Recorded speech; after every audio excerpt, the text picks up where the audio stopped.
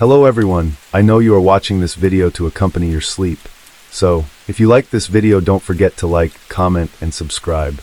Also don't forget to tell me where you are from, and what time you watched this video. And let's begin. The Appalachian Mountains were beautiful, no doubt about that. When the sun set behind those tall peaks, everything seemed to glow in shades of orange and pink. It almost made me forget how eerie the forest could be when the night settled in. Almost. I was Jake, just a college kid spending my summer working as a camp counselor. It was my job tonight to keep watch while everyone else slept in their cabins. I took the night watch shift because, well, I wanted to prove I could handle it. Plus, it was kind of boring to sit around the campfire all the time. I thought it might be nice to have some quiet out in the woods, just me and my flashlight. Boy, was I wrong. The first hour was fine. I walked around the edge of the camp, my flashlight swinging side to side, making the trees look like dark, shifting giants. I could hear the crickets singing, and sometimes an owl would hoot in the distance. The camp was peaceful, and I kept thinking back to all the goofy things the campers did earlier that day. One kid, Benny, tried to toast a marshmallow without a stick and almost set his sleeve on fire. I laughed to myself, shaking my head. But then, things started to get strange. It started with a rustling sound. At first, I figured it was just the wind moving through the branches, but it kept happening, like something was moving out there, just beyond the reach of my flashlight. I stopped walking, trying to listen closely. The air felt different, like it was holding its breath. I told myself it was probably just a raccoon, or maybe one of the campers sneaking around for a prank, but my gut told me something else. Something wasn't right. The rustling grew louder, and then I heard it, a branch snapping. It wasn't the kind of noise a small animal would make. It was louder, heavier, like someone or something was out there. I swallowed hard, my mouth suddenly dry. My flashlight flickered, and I cursed under my breath, giving it a quick shake. The beam steadied, but my hands were trembling now. I tried to keep moving, but the feeling of unease grew with every step. My ears strained to catch every sound, and then I heard it. Footsteps. Heavy, deliberate footsteps, circling the camp. My heart started to pound in my chest, each thud echoing in my ears. I spun around, shining my flashlight into the darkness, but there was nothing there, just trees and shadows. Then came the worst part. I heard a breath, a deep, raspy breath, coming from right behind me. I whipped around so fast I almost tripped over my own feet, but when I looked there was nothing. Only the empty darkness, and the beam of my flashlight cutting through it. I felt my stomach twist with fear. I wasn't alone, I could feel it in my bones. My eyes dropped to the ground, and that's when I saw them. Footprints. Big, clawed footprints pressed into the dirt, right in front of me. They definitely weren't from any animal I knew. My heart was hammering now, my whole body buzzing with fear. I had to get back to the main cabin. I had to tell someone, but every step I took felt like the forest was closing in on me, the trees leaning closer, the shadows growing darker. Suddenly I heard branches snapping again, this time louder, closer. The footsteps were following me. My breathing quickened, and I forced myself to move faster, almost tripping over roots and rocks in my rush. I could feel the eyes on me, watching, waiting. Whatever it was out there, and it was getting closer. The silence of the night had turned into something threatening, something that made my skin crawl.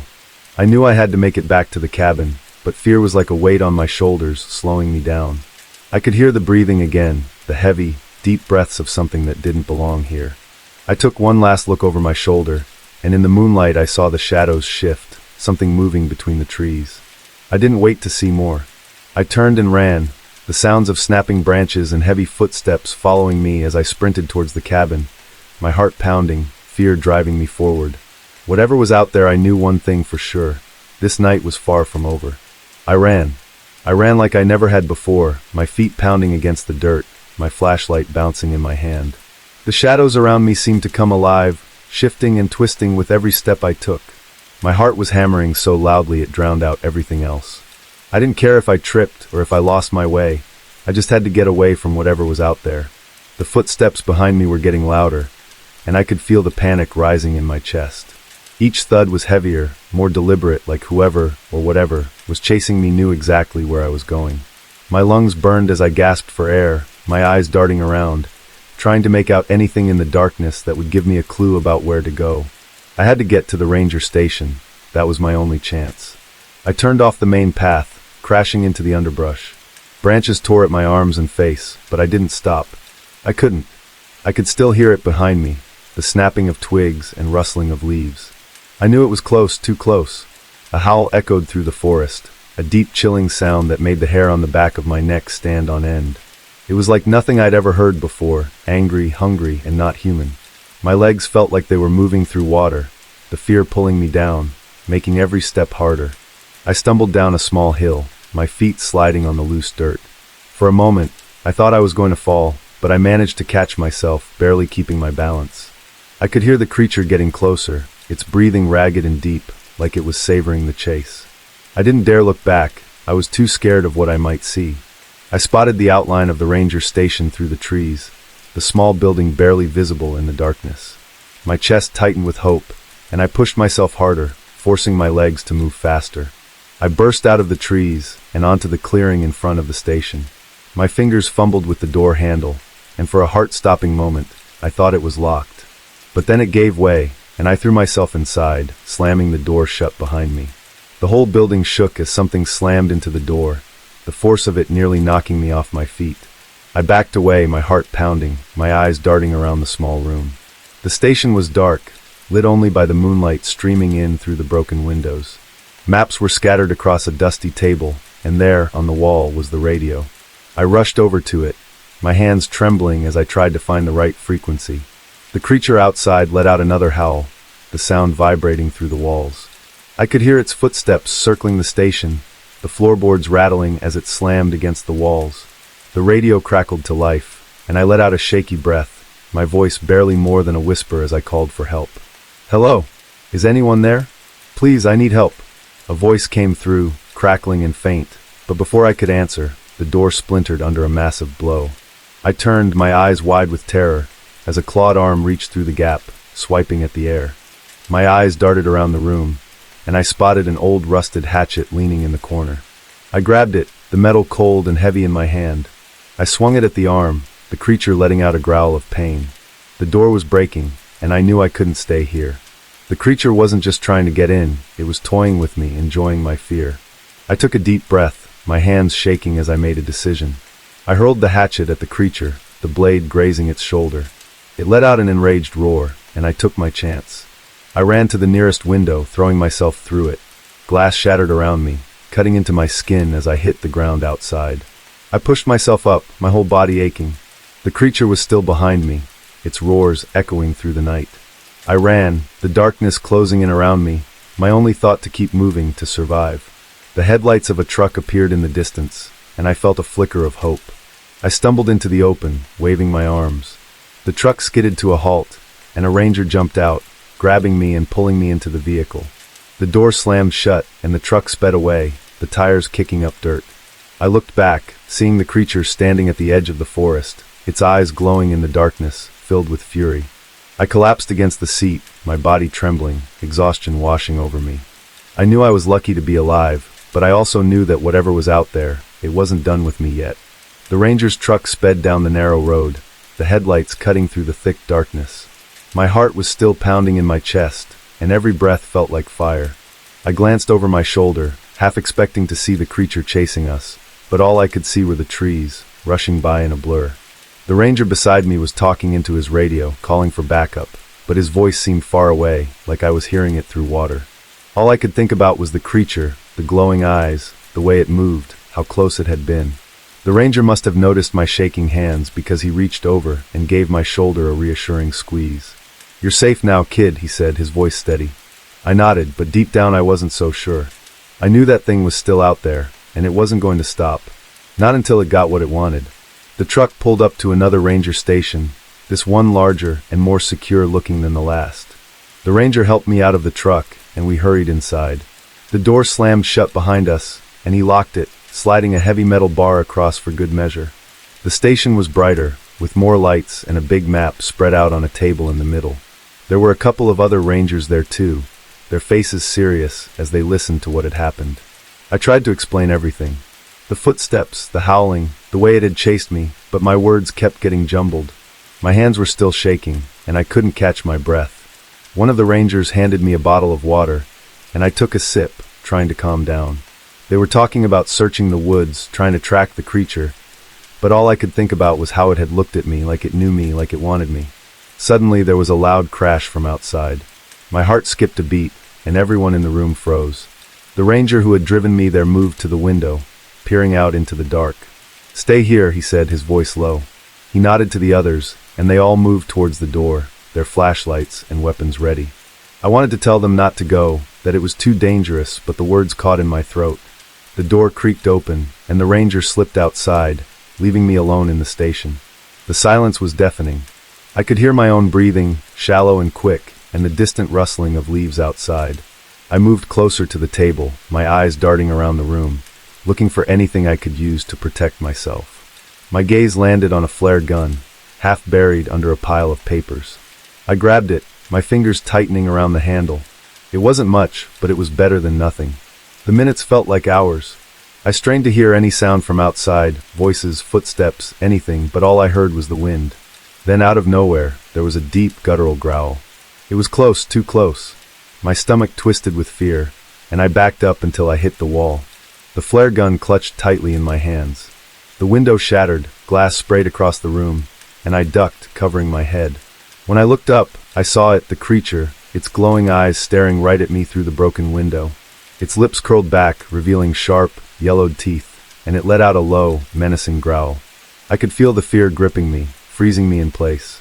I knew I had to move, had to do something, but my body wouldn't listen.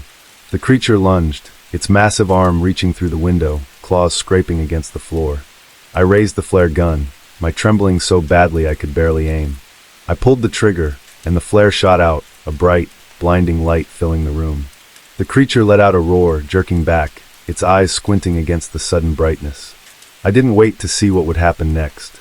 I turned and ran, throwing myself through the door at the back of the station. I could hear the creature's enraged growls behind me, the sound of it tearing at the walls. I stumbled out into the night, my legs barely able to carry me. The woods were dark, the trees looming like shadows, but I didn't stop. I couldn't stop. I had to keep moving. In the distance, I saw more headlights, more rangers arriving. I waved my arms, shouting, my voice hoarse. The truck skidded to a stop, and the rangers jumped out, their flashlights cutting through the darkness. One of them grabbed me, pulling me behind the truck as the others moved towards the station, their weapons raised. I collapsed against the side of the truck, my whole body trembling, tears streaming down my face. I could hear the creature's roars, the shouts of the rangers, but it all felt distant, like it was happening to someone else. I was alive, but I knew this wasn't over. That thing was still out there, and it wasn't going to stop, not until it got what it wanted. And somehow I knew that something was me. The hike up the Rocky Mountains was tough, but we didn't care. We were too excited to be out here, far away from everything, just us and the wild. The air smelled of pine, and the sky was so clear that you could almost reach out and touch the clouds. I remember looking over at Kyle, who had the biggest grin on his face, like a kid on Christmas morning. We all felt it, the thrill of adventure, the freedom. Matt led the way, always a few steps ahead, pointing out deer tracks and telling us about the best spots for hunting. When we finally set up camp, the sun was already dipping below the mountains, painting everything in gold and orange. We got a fire going, and before long we were laughing, roasting marshmallows, and talking about everything and nothing. It felt perfect. I could hear the crackle of the fire, the rustling of the wind in the trees, and the distant calls of animals. The world felt big and peaceful, like we were the only people left on it. But then, just as the night started settling in, we heard it, a noise from deep in the woods. It wasn't like anything I'd ever heard before. It was this low, rumbling growl, almost like a mix between a bear and something else. I looked over at Kyle, and I could see the unease in his eyes. "Did you hear that?" he whispered, his voice barely audible over the crackling fire. Doug just laughed, shaking his head. "Probably just a bear," he said, trying to brush it off. But I could tell Kyle wasn't convinced, and honestly, neither was I. The noise came again, this time closer. It was louder, more distinct, and it sent a shiver down my spine. It was like the woods themselves were groaning, something deep and ancient that had no place in the modern world. Trevor turned his head, squinting into the darkness, but he didn't say anything. I think we were all waiting for someone else to say it, to admit that it wasn't just a bear. But nobody did. We tried to laugh it off, but the mood had shifted. The fire didn't seem as warm, and the darkness around us felt thicker, like it was pressing in. We eventually crawled into our tents, but sleep didn't come easy. Every time I closed my eyes I heard that noise again, echoing in my head. I kept telling myself it was nothing, but the unease stuck with me. The next day we kept moving deeper into the mountains. The forest felt different, though. The usual sounds of birds and insects were gone, replaced by this heavy silence that made my skin crawl. Trevor swore he saw something, a large shadow moving between the trees. But he quickly laughed it off, saying he must have imagined it. I wanted to believe him, but the way his eyes kept darting back to the woods told me he wasn't so sure. By the time we set up camp again that night, I think we were all on edge, even if no one wanted to admit it.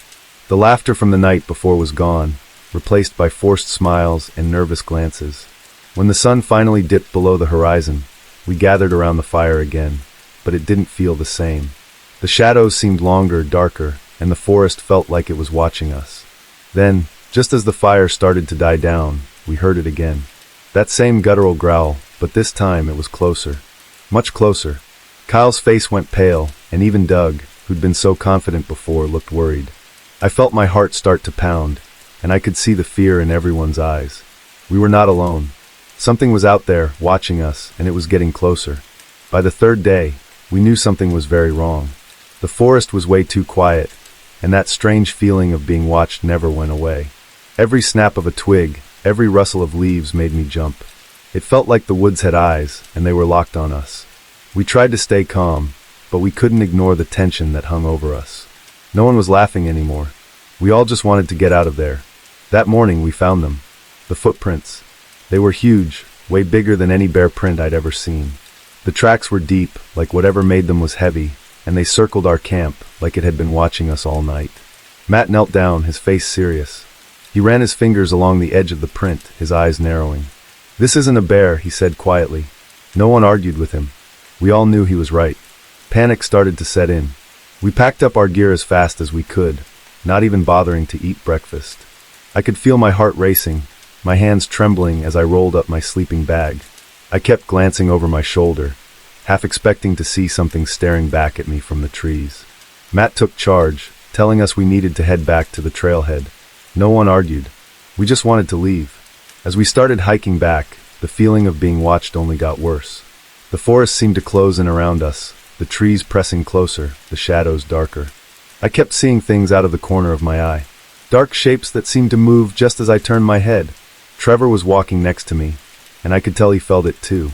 He kept glancing around, his face pale, his eyes wide. "Do you see that?"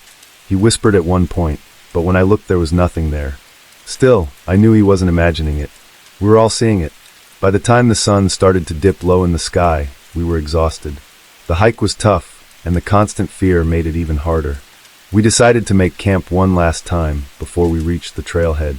No one wanted to stop, but we didn't have a choice. We were too tired to keep going, and it would be dangerous to hike in the dark.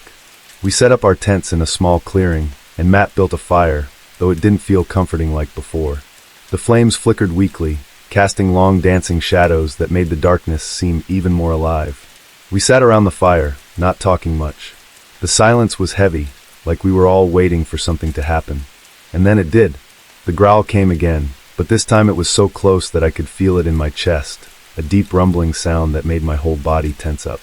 I looked at Kyle, and his face was as white as a sheet. Doug, who had always been the one to laugh things off, looked terrified. He gripped his rifle tightly, his knuckles turning white. Suddenly there was a crash from the trees, and I saw it. A massive figure, just at the edge of the firelight. It was tall, covered in dark fur, its eyes glowing in the flickering light. For a second, none of us moved. We were frozen, staring at this thing that shouldn't exist. Then it let out a roar, a sound so loud and so full of anger that it felt like the ground itself was shaking. Everything erupted into chaos.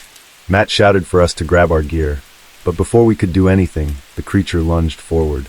I saw Kyle get grabbed, his scream echoing through the night as the thing dragged him into the darkness. I wanted to help him, but I couldn't move. I was paralyzed with fear, my heart pounding so hard it felt like it would burst out of my chest. The scream stopped suddenly, and the silence that followed was worse than the roar. Matt grabbed my arm, snapping me out of it. "We have to go. Now," he yelled. I nodded, my throat too tight to speak. We grabbed what we could and ran, the forest around us a blur of shadows and fear. I could hear the creature behind us, its heavy footsteps crashing through the underbrush, getting closer and closer.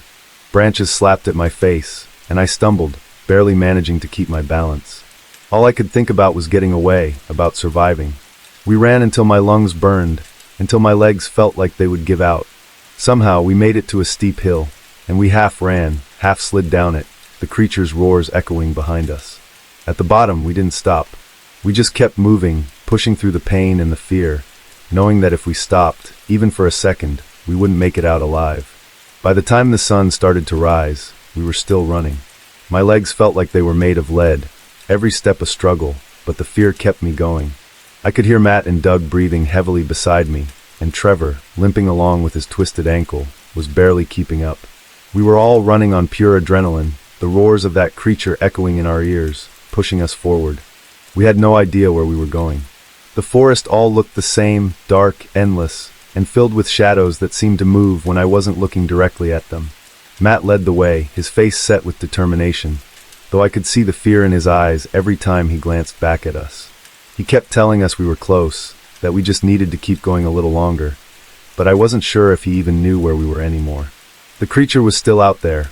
Every once in a while we'd hear its heavy footsteps crashing through the trees, or its growl, low and menacing, coming from somewhere in the distance. It was like it was toying with us, letting us think we might have a chance, only to remind us it was still there, still hunting us. My heart pounded in my chest, each beat feeling like it was going to tear me apart. Then, just as I thought I couldn't take another step, we saw it. The edge of the forest.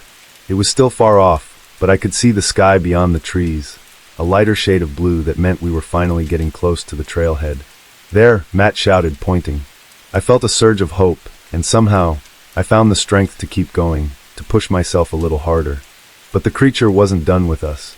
I heard it again, a crashing sound behind us, closer than ever. I glanced back and saw it, a massive shape moving between the trees, its eyes locked on us. It let out a roar, and I felt my whole body go cold. We were so close, but I knew it could catch us if it wanted to. We had to make it to the truck. It was our only chance.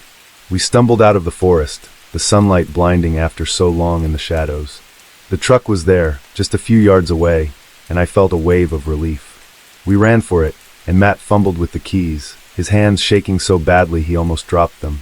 Doug and I helped Trevor into the back seat, and I kept looking over my shoulder, expecting to see the creature burst out of the woods any second.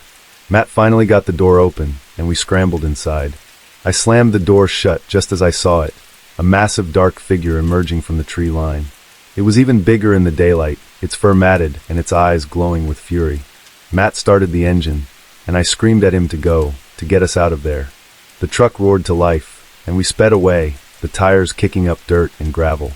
I looked back, watching as the creature stood there, its eyes following us as we drove away. It didn't chase us, it just stood there watching until the forest swallowed it up again, and it was gone. The silence in the truck was heavy, the only sound our ragged breathing and the rumble of the engine. None of us spoke. There was nothing to say. We had made it out, but we had lost Kyle, and the weight of that hung over us like a dark cloud. As we drove away, I couldn't shake the feeling that it wasn't over, that the creature was still out there, somewhere in those dark woods, watching, waiting, and I knew that I would never forget the sound of its roar, the sight of those glowing eyes in the darkness. We had survived, but a part of me knew that we were leaving something behind in those mountains, something that would never let us go. It was supposed to be a fun family vacation, a chance to get away from all the stress of our everyday lives and just be together. When we arrived at the cabin, it seemed like the perfect place, exactly what we needed. The cabin sat in the middle of nowhere, surrounded by thick, towering trees. It looked like something out of an old storybook, with its wooden porch and stone chimney. The air smelled like pine needles and fresh earth, and I could hear the distant sound of a stream somewhere in the forest. My dad, Mike, seemed especially happy. He stretched his arms above his head and grinned. "See, guys? Isn't this great? No distractions, no city noise, just us and nature." I wanted to believe him. My mom, Laura, smiled too, though I could see her eyes scanning the forest, as if she was trying to get used to how quiet it was. My brother, Jake, was already pulling his bag out of the car, and I followed, eager to get settled. Inside the cabin, it was even cozier than I expected. The floors creaked when we walked, and the fireplace looked like it had been used 1,000,000 times before. We unpacked and settled in, and by the time the sun started to go down, we were all sitting around the fire, roasting marshmallows and joking around. It felt almost perfect. Almost. That night, I woke up to a noise. It wasn't loud, but it was strange. A low, deep sound, almost like a growl. I sat up in bed, holding my breath, listening. The cabin was dark, and the only light came from the moon shining through the curtains. I glanced over at Jake, who was still asleep in the bed across the room. Maybe it was just an animal? I tried to convince myself, but something about it made my skin prickle. The next morning, I wasn't the only one who had heard it. Mom was in the kitchen, her face pale as she looked out the window. "Did anyone else hear noises last night?" she asked. Dad shrugged it off, saying it was probably just the wind or some animal wandering nearby. He always tried to keep things calm, but I could tell Mom wasn't convinced. After breakfast, we decided to explore a bit. We hiked down a narrow trail that led away from the cabin, and Jake found a good spot for fishing by the stream. For a little while, it felt like things were normal again. But as we walked back to the cabin, I couldn't shake the feeling that we weren't alone.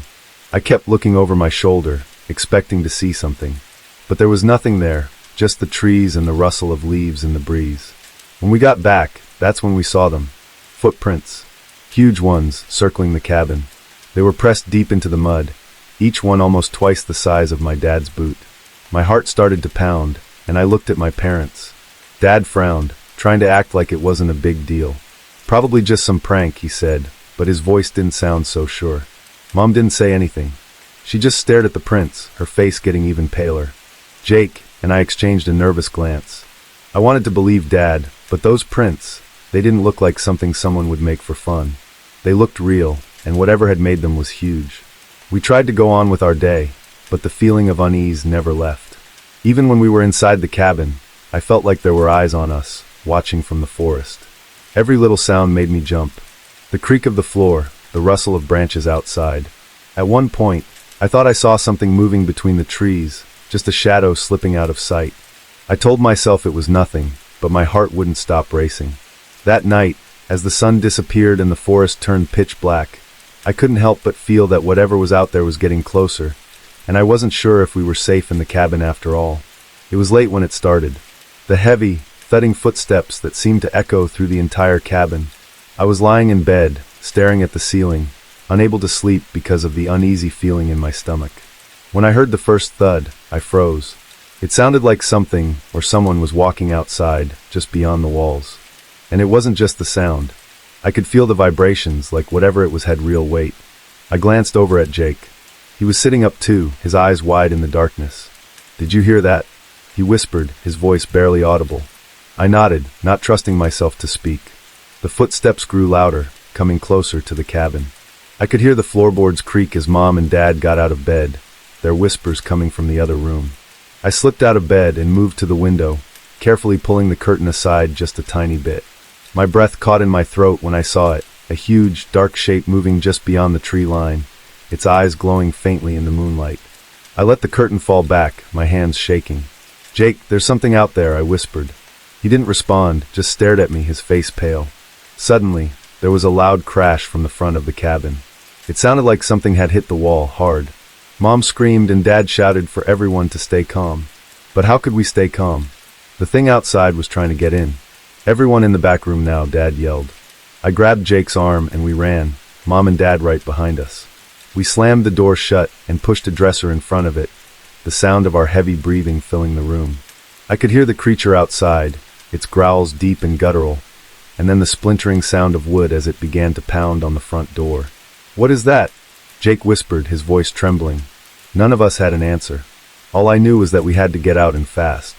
Dad's eyes were wide, and I could see him thinking, trying to come up with a plan. "The cellar," he said finally. "We have to get to the cellar. It's our only chance." He looked at Mom and she nodded, though her face was white with fear. We moved as quietly as we could, slipping out of the back room and into the kitchen. The front door was barely holding on, the wood splintering with each blow from the creature. I held my breath as Dad opened the cellar door, motioning for us to go down. One by one we climbed into the darkness, the air cold and damp around us. In the cellar, it was pitch black and I could hear Jake breathing fast beside me. Dad closed the door above us, and we all crouched there, listening. The sound of the door upstairs being smashed open made my heart feel like it was going to explode. The creature was inside. Dad found a small window near the ground, just big enough for us to crawl through. He smashed it open, the noise making me flinch. Go, he whispered, and we did. I crawled through the window, feeling the cold night air on my face. Jake followed, then Mom and Dad. We were outside, but we weren't safe. Not yet. We ran, our feet pounding on the ground, the forest a blur around us. Behind us, I could hear the creature roar, a sound so loud it seemed to shake the trees. I didn't look back. I just kept running, my heart pounding, my legs burning, hoping that somehow we could make it out of this alive. The cold night air cut into my lungs as we ran. Branches whipped at my face, and the ground seemed to blur beneath my feet. I could barely see where I was going, but I knew one thing. I couldn't stop. None of us could. The roar of the creature behind us echoed through the forest, loud enough that it seemed to shake the trees. My heart pounded in my ears, drowning out almost every other sound except for the heavy thud of our footsteps.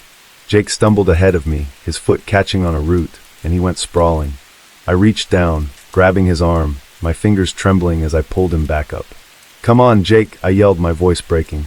He nodded, his eyes wide with fear, and we kept moving. I could see Dad up ahead, his flashlight beam bouncing wildly as he led the way. Mom was right behind him, her breaths coming in ragged gasps. I wanted to call out to them, to tell them we needed to hide, but there was no time. The creature was getting closer. I could feel it. Its growls were louder now, so close that I could almost feel the vibrations in the ground. Finally, we broke through the tree-line, stumbling onto the dirt road where the car was parked. My heart leaped into my throat at the sight of it. Safety. We just had to get there. I could hear Dad shouting for us to hurry, his voice desperate. I glanced back just once, and that was enough.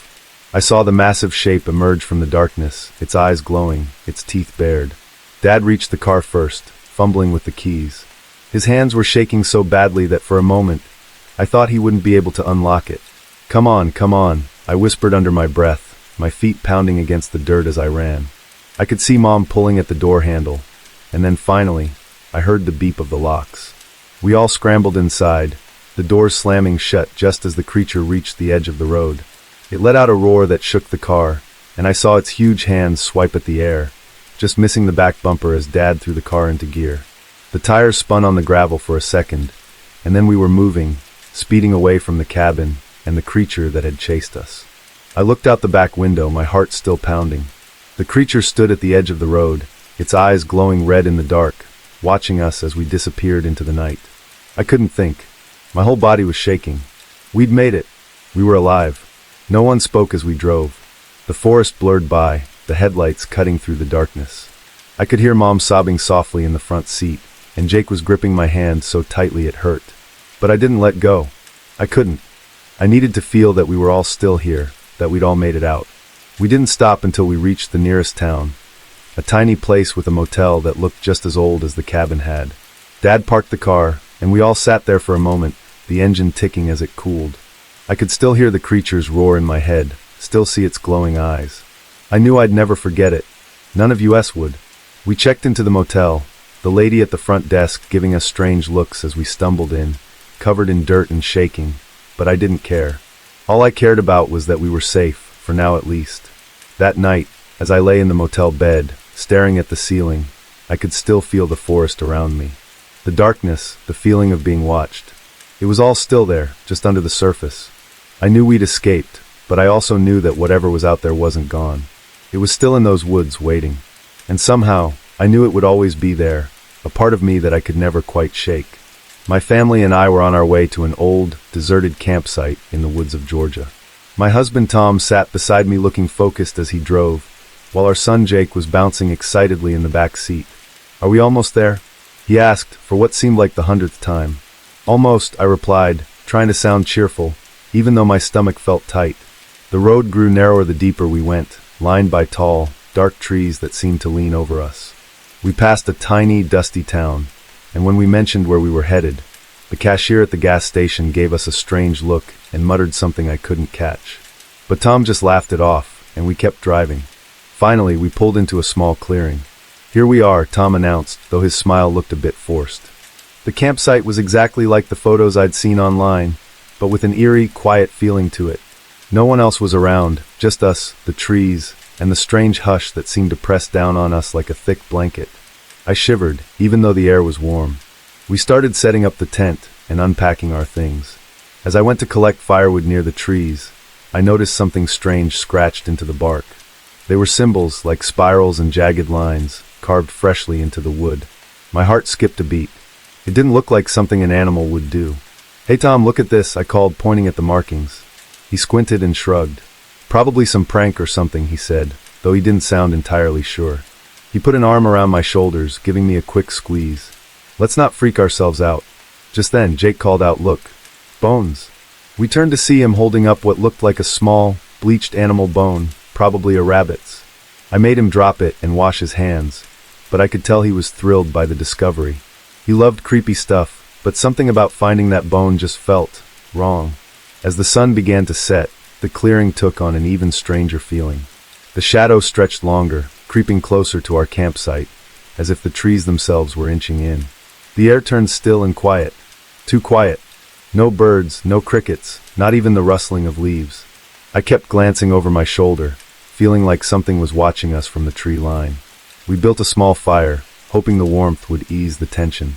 We tried to tell stories and laugh, but every sound felt muffled. Even Jake seemed to sense it, huddling close and asking in a whisper, "Do you think anything lives out here?"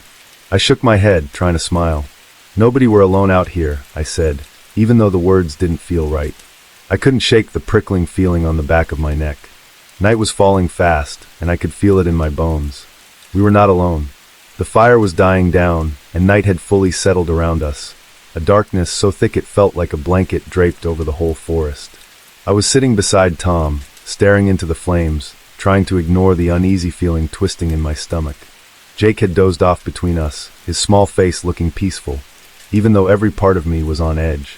Then out of nowhere, a noise broke through the silence. A loud, heavy thump, like footsteps, echoing from the direction of the water. My whole body tensed up. I glanced at Tom, who was already looking in the same direction. His brow furrowed. "Did you hear that?" I whispered, feeling my heart begin to race. He nodded, his eyes narrowing as he tried to focus through the darkness. "It's probably just an animal," he said, though he didn't sound convinced. The footsteps continued, growing louder, each one making the ground seem to shiver beneath us. These weren't the light, quick steps of a deer or small animal. They were slow, deliberate, and way too heavy. Step by step they got closer, like whatever it was knew exactly where we were. I held my breath, not daring to move, not even daring to blink. "Mom!" Jake's small voice broke the silence. He was awake, sitting up with wide eyes. "What's that noise?" "It's nothing, honey," I said, hoping he couldn't hear the fear in my voice. But he gripped my hand tightly, his small fingers cold and trembling. We all stared into the darkness, waiting. But nothing appeared. The footsteps stopped suddenly, leaving an even heavier silence behind. I looked at Tom, wondering if we should just go back to the tent and wait it out. But before I could say anything, a loud snap echoed above us. It sounded like a branch breaking. No, not just one branch. More and more snapping sounds came, like something large was moving through the treetops above us. "Get in the tent," Tom whispered urgently. "Now." We scrambled, practically tripping over each other as we grabbed Jake and stumbled back to the tent. Once inside, we zipped it up, huddling close together. My heart was pounding so hard I could feel it in my throat. We waited, listening to the sounds outside. The footsteps started again, slow and steady, circling around our tent. I held Jake close, and he buried his face in my shoulder, too scared to look. Every now and then, there was a scratching sound on the tent wall, like something dragging its claws over the fabric.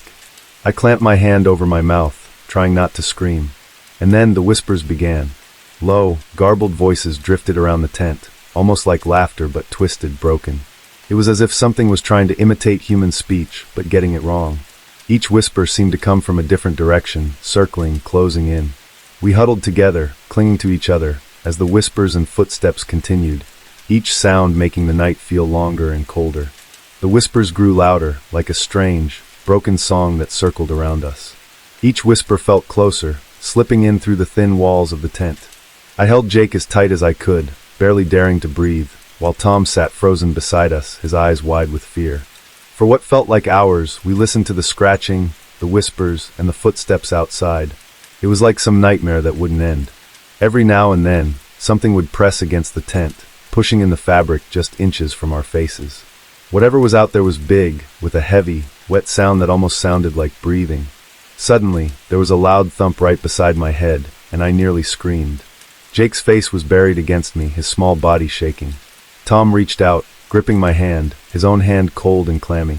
"Stay quiet," he mouthed, barely making a sound. We held each other, our breaths shallow, as the noise outside continued. It circled the tent, stopping and starting again, as if it was waiting for something. At one point, I swore I heard it laugh, soft and garbled, a sound that sent chills straight through my bones. I squeezed my eyes shut, praying for it to end. Then, just as the first hint of dawn's light started to filter through the tent walls, the noises stopped. The footsteps faded, the whispers quieted, and a heavy silence fell around us. We waited, not daring to move, until the light outside grew brighter, promising that the night was over. Finally, Tom unzipped the tent, peeking outside. He looked around, then nodded. "I think it's gone," he whispered. The three of us stumbled out, shaky and exhausted. The early morning sun cast long shadows across the clearing, and everything felt eerily still, as if the forest was holding its breath. I glanced around, hoping for some sign that we'd just imagined it all, that maybe we'd had the same awful dream. But what I saw sent a chill down my spine. All around our tent was a ring of pine cones, carefully placed in a perfect circle. Each one was positioned with exact precision, marking our campsite. And a few feet away, near the tree by the water, deep gashes were carved into the bark. Claw marks, fresh and raw, that oozed a dark sap. The sight of them made my stomach twist. Tom walked over, his face pale. "These weren't here last night," he whispered, his voice barely audible. Jake clung to my side, looking up at me with wide, scared eyes. "We need to go," I said, trying to keep my voice steady. I grabbed Jake's hand, and we began to pack up, working as quickly as our shaking hands would allow. As we left the campsite, I noticed that every few steps, more pine cones were arranged in small clusters along our path, as if marking the way out, or warning us to leave and never come back. The whole drive home, I couldn't shake the feeling that something was still watching us, hidden in the shadows of the trees, waiting for another night. The drive out to the Rocky Mountain campsite was long and winding. As Annie and I drove deeper into the forest, the trees grew dense and crept along the road with branches like fingers reaching out to grab us. We'd been planning this camping trip forever. Both of us loved camping, but this time we wanted a real adventure, somewhere no one else went. Annie had found this clearing way off the usual trails, and that's where we were headed. I was excited, but also a little nervous. After what felt like forever, the road finally ended in a small, empty clearing surrounded by trees so dense they felt like walls. The sun was sinking fast, and the whole area seemed to get darker by the second. It was quiet out here, quieter than any place I'd ever been. No birds, no rustling leaves, just a heavy, thick silence. Annie laughed when I mentioned it, saying it was probably just the kind of peace we needed. We set up our tent as quickly as we could, our hands moving fast in the dimming light. After lighting a small fire, we sat down to relax, hoping the warmth and glow would make the clearing feel a little less spooky. But even as we chatted, the uneasy feeling stuck with me. The fire crackled, casting flickering shadows that danced along the edges of the clearing. But those shadows seemed strange, like they were hiding something just out of sight. I shrugged it off, thinking I was just letting the quiet get to me. Annie was in a good mood, laughing and telling ghost stories, but I could tell she felt it too. Every now and then, her eyes would dart around the edge of the clearing, as if she was checking to see if something or someone was there. I kept glancing into the trees, half expecting to see an animal, or maybe even another camper. But there was nothing, just the blackness of the forest swallowing up the light from our little fire. When we finally crawled into the tent, I thought the weird feeling would go away. But lying there in my sleeping bag, it only got worse. The forest was so silent, not a single sound outside, as if everything out there was holding its breath. I turned on my side, trying to shake it off. Beside me, Annie was already asleep, breathing deeply, completely at ease. I squeezed my eyes shut, telling myself that I was overthinking things. But then, in the middle of the night, I woke up to a strange sound. A clanging noise, like metal hitting metal. My eyes snapped open, and my heart started pounding. I sat up, listening as hard as I could, hoping I'd just imagined it. But then it came again, louder this time. Clang, clang. Each noise cut through the night, making me feel like something, or someone was out there, just beyond our tent. I turned to see if Annie had woken up, but she was still sound asleep. Taking a deep breath, I crawled quietly to the tent's door, every inch of my body tense. As I reached out to unzip it just a little, the sound stopped. Suddenly, everything was silent again. like the forest itself was watching me, waiting for me to make a move. I couldn't shake the feeling that something was out there, hidden in the darkness. And whatever it was, I had a terrible feeling it wasn't friendly. My heart was pounding so hard I thought it might wake Annie up. But she kept sleeping, totally unaware of the creepy silence outside.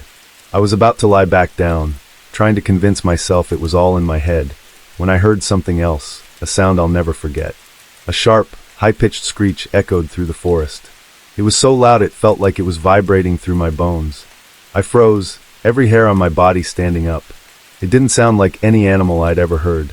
It was more like metal scraping against metal, like a car suddenly slamming on the brakes. And it was close. Peeking through the tiny gap in the tent zipper, I scanned the edge of the clearing, where the firelight barely reached. And then in the shadows I saw it. A figure stood just outside the reach of the light, towering over everything around it. My breath caught in my throat. It was tall, way too tall, and skinny, in a way that didn't look natural. Its arms and legs seemed way too long, twisted at strange angles. I squinted, trying to make sense of what I was seeing. The face.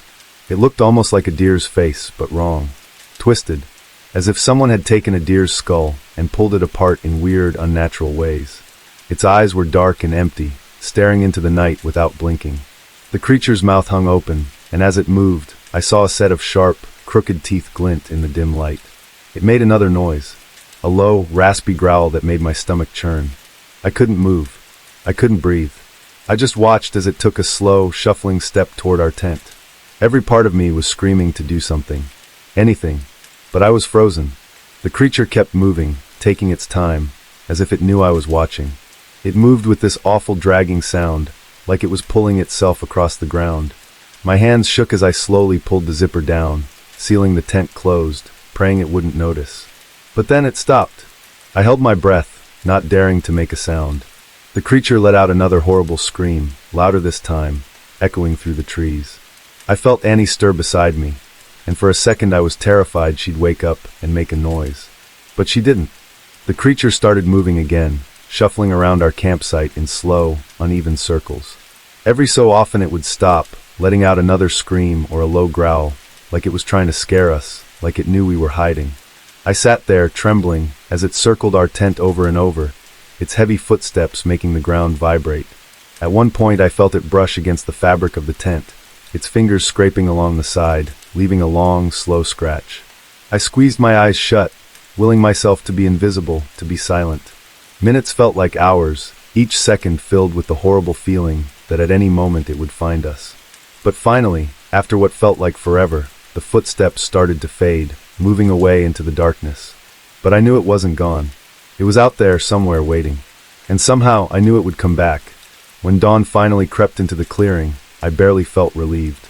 I had spent the rest of the night listening to every tiny sound, jumping at every creak and snap outside. Annie was still fast asleep, somehow unaware of the nightmare that had unfolded. As soon as the first hint of light seeped through the tent, I gently shook her awake. "Annie, we need to go." "Now," I whispered, my voice shaking. She blinked, confused, rubbing her eyes. "What? Why?" she mumbled, still groggy. But when she saw the look on my face, she sat up, fully awake now. "There was something outside last night," I said, glancing nervously at the tent walls. "It was huge, not an animal. I don't know what it was, but we can't stay here." She gave me a skeptical look, but as she started packing, she noticed the deep scratches along the tent's fabric. Her eyes widened, and she looked at me, fear beginning to set in. "Okay, let's get out of here," she said, her voice a shaky whisper. We packed up in silence, moving as fast as we could. My hands shook as I rolled up my sleeping bag, my ears on high alert for any sound outside. As we stepped out of the tent, the clearing felt even stranger in the early morning light. It was silent, just like the night before. Too silent. No birds, no breeze, just stillness.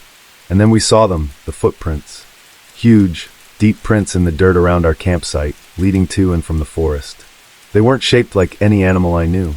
They were long and narrow, with claw marks gouging deep into the soil, like something had dragged itself around our tent in circles. Annie gasped, clutching her bag tighter. "What made those?" she whispered, her voice barely audible. I didn't answer. I didn't have to. We both knew this wasn't something we wanted to stick around and figure out. We grabbed our bags and hurried toward the trail. Glancing over our shoulders every few steps, the trees seemed to loom over us, thicker than I remembered, as if they were closing in, making the trail hard to follow. Every crack of a branch made us jump, our heads snapping back and forth, our pace quickening with each step. Just when I thought we were close to the edge of the forest, a loud, bone-chilling screech echoed through the trees louder than anything I'd heard before. It was the same sound from last night, but this time it felt closer, way too close. "Run," I yelled, and we both took off, sprinting down the trail as fast as we could. My legs burned, and my lungs felt like they were about to burst, but I couldn't stop. The sound of heavy footsteps echoed behind us, thundering through the trees. I didn't dare look back. I couldn't. We burst out of the trees and into the open, our car finally in sight. We scrambled inside, slamming the doors and locking them. As Annie started the engine, I glanced back toward the forest, half expecting to see that twisted, deer-like face staring back at me from the shadows. But there was nothing, just the thick wall of trees. We sped down the road, not stopping until we were far, far away. I didn't speak, and neither did Annie, but I knew neither of us would ever forget what we'd seen in that forest. We would never, ever go back. I never thought I'd be scared of the woods. I mean, we'd been going there for years, my friends and I. Just a stretch of trees north of Virginia, where we could act like we were real adventurers. Every time, we'd tell the same stories about the old haunted campgrounds hidden somewhere deep in the forest. According to rumors, people had gone missing around it. Supposedly, they'd gone in and never came out. But we didn't care. Those were just stories, after all. Or so we thought. This time, the three of us set up camp near the river. The night air was colder than usual, and I could feel it creeping up my spine as the fire crackled. The flames threw weird shadows across the trees, twisting their shapes into strange hunched figures that looked almost like they were watching us. But I tried not to let it bother me. I mean, it was just shadows, right? We started swapping ghost stories around the fire, each one scarier than the last. Max told one about a creature that lurked in the forest, something that could mimic the voice of anyone it heard. Ethan added a story about hikers who disappeared after they'd heard their own names whispered in the wind. Every story made the hairs on my neck stand up a little more, and I could feel that chill in my spine getting stronger. But I laughed it off. We all did, even if we kept glancing over our shoulders. As the night dragged on, a thick silence settled around us. The fire started to die down, and the forest got darker. Everything felt heavier, and I couldn't shake the feeling that someone, or something, was watching us from beyond the light. I tried to ignore it, telling myself it was just nerves from the stories. But no matter what, I couldn't relax. Around 1 a.m, I decided I'd better go relieve myself before calling it a night. I told the guys I'd be back in a minute and stepped away from the camp, heading just far enough that they couldn't see me, but I could still make out the faint glow of the fire. The trees seemed to close in around me as I moved, their branches creaking and shifting with the wind. That's when I heard it. My name. Someone was calling me from a few steps deeper into the forest. I froze, my heart pounding. It sounded just like Max, but I knew he was back at the camp. I yelled, telling him to quit messing with me, but the voice kept calling, softer this time, almost like a whisper. "Come here," it said. I told myself it was just a trick, that Max was trying to spook me, but something about it felt wrong. And then, through the dim light of the trees, I saw a figure. It looked like a deer at first, until I realized it was standing on 2 legs, just like a person. My breath caught in my throat as I took a step back. It tilted its head, watching me with dark, empty eyes, and whispered in Max's voice again, "Make your way over here, I have something for you." I turned and ran, stumbling over roots and branches as I raced back to the camp. I didn't look back. I didn't want to know if it was following me. All I knew was that whatever it was real. When I reached the camp, my breath was coming out in shaky gasps, and my legs felt like they could give out at any second. I looked around, expecting to see Max and Ethan waiting there, laughing at how they'd scared me. But the camp was empty. The fire had burned down to barely glowing embers, casting just enough light for me to make out the chaos around me. Our tents were torn open, our bags scattered, and my stomach flipped, a dark stain of what looked like blood smeared across the ground. My heart pounded as I called out, "Max? Ethan? Where are you guys?" But the only answer was the eerie silence of the woods. No rustling leaves. No chirping crickets. Just nothing. I tried to stay calm, but my thoughts were racing. Where could they have gone? We'd all been together by the fire just a few minutes ago. Had they run off because they'd seen the thing too? Or was it something worse? I didn't want to think about what could have happened to them, but the blood on the ground wasn't exactly helping. I spotted my hunting rifle lying near the fire pit and grabbed it, feeling a bit better with the solid weight in my hands. If that thing was still out there, I wasn't going down without a fight. I took a few shaky breaths, glancing into the trees, half expecting to see those hollow, dark eyes staring back at me. The silence pressed down on me, thicker than before. My skin crawled, and I tightened my grip on the rifle, ready for anything. And then just like that, it appeared. A figure stepped out from the trees and into the faint light. My heart sank as I recognized it. That thing. It looked like a deer but wasn't. It stood upright on two twisted bony legs, with eyes that seemed too deep, too knowing. They stared right at me, like it was trying to see inside my head, to read my fear. I raised the rifle, aiming straight for its chest. My hands were shaking, but I pulled the trigger, firing 3 quick shots. The sound was deafening in the silent forest, but the creature didn't flinch. Not once. I knew I'd hit it. I couldn't have missed from that distance.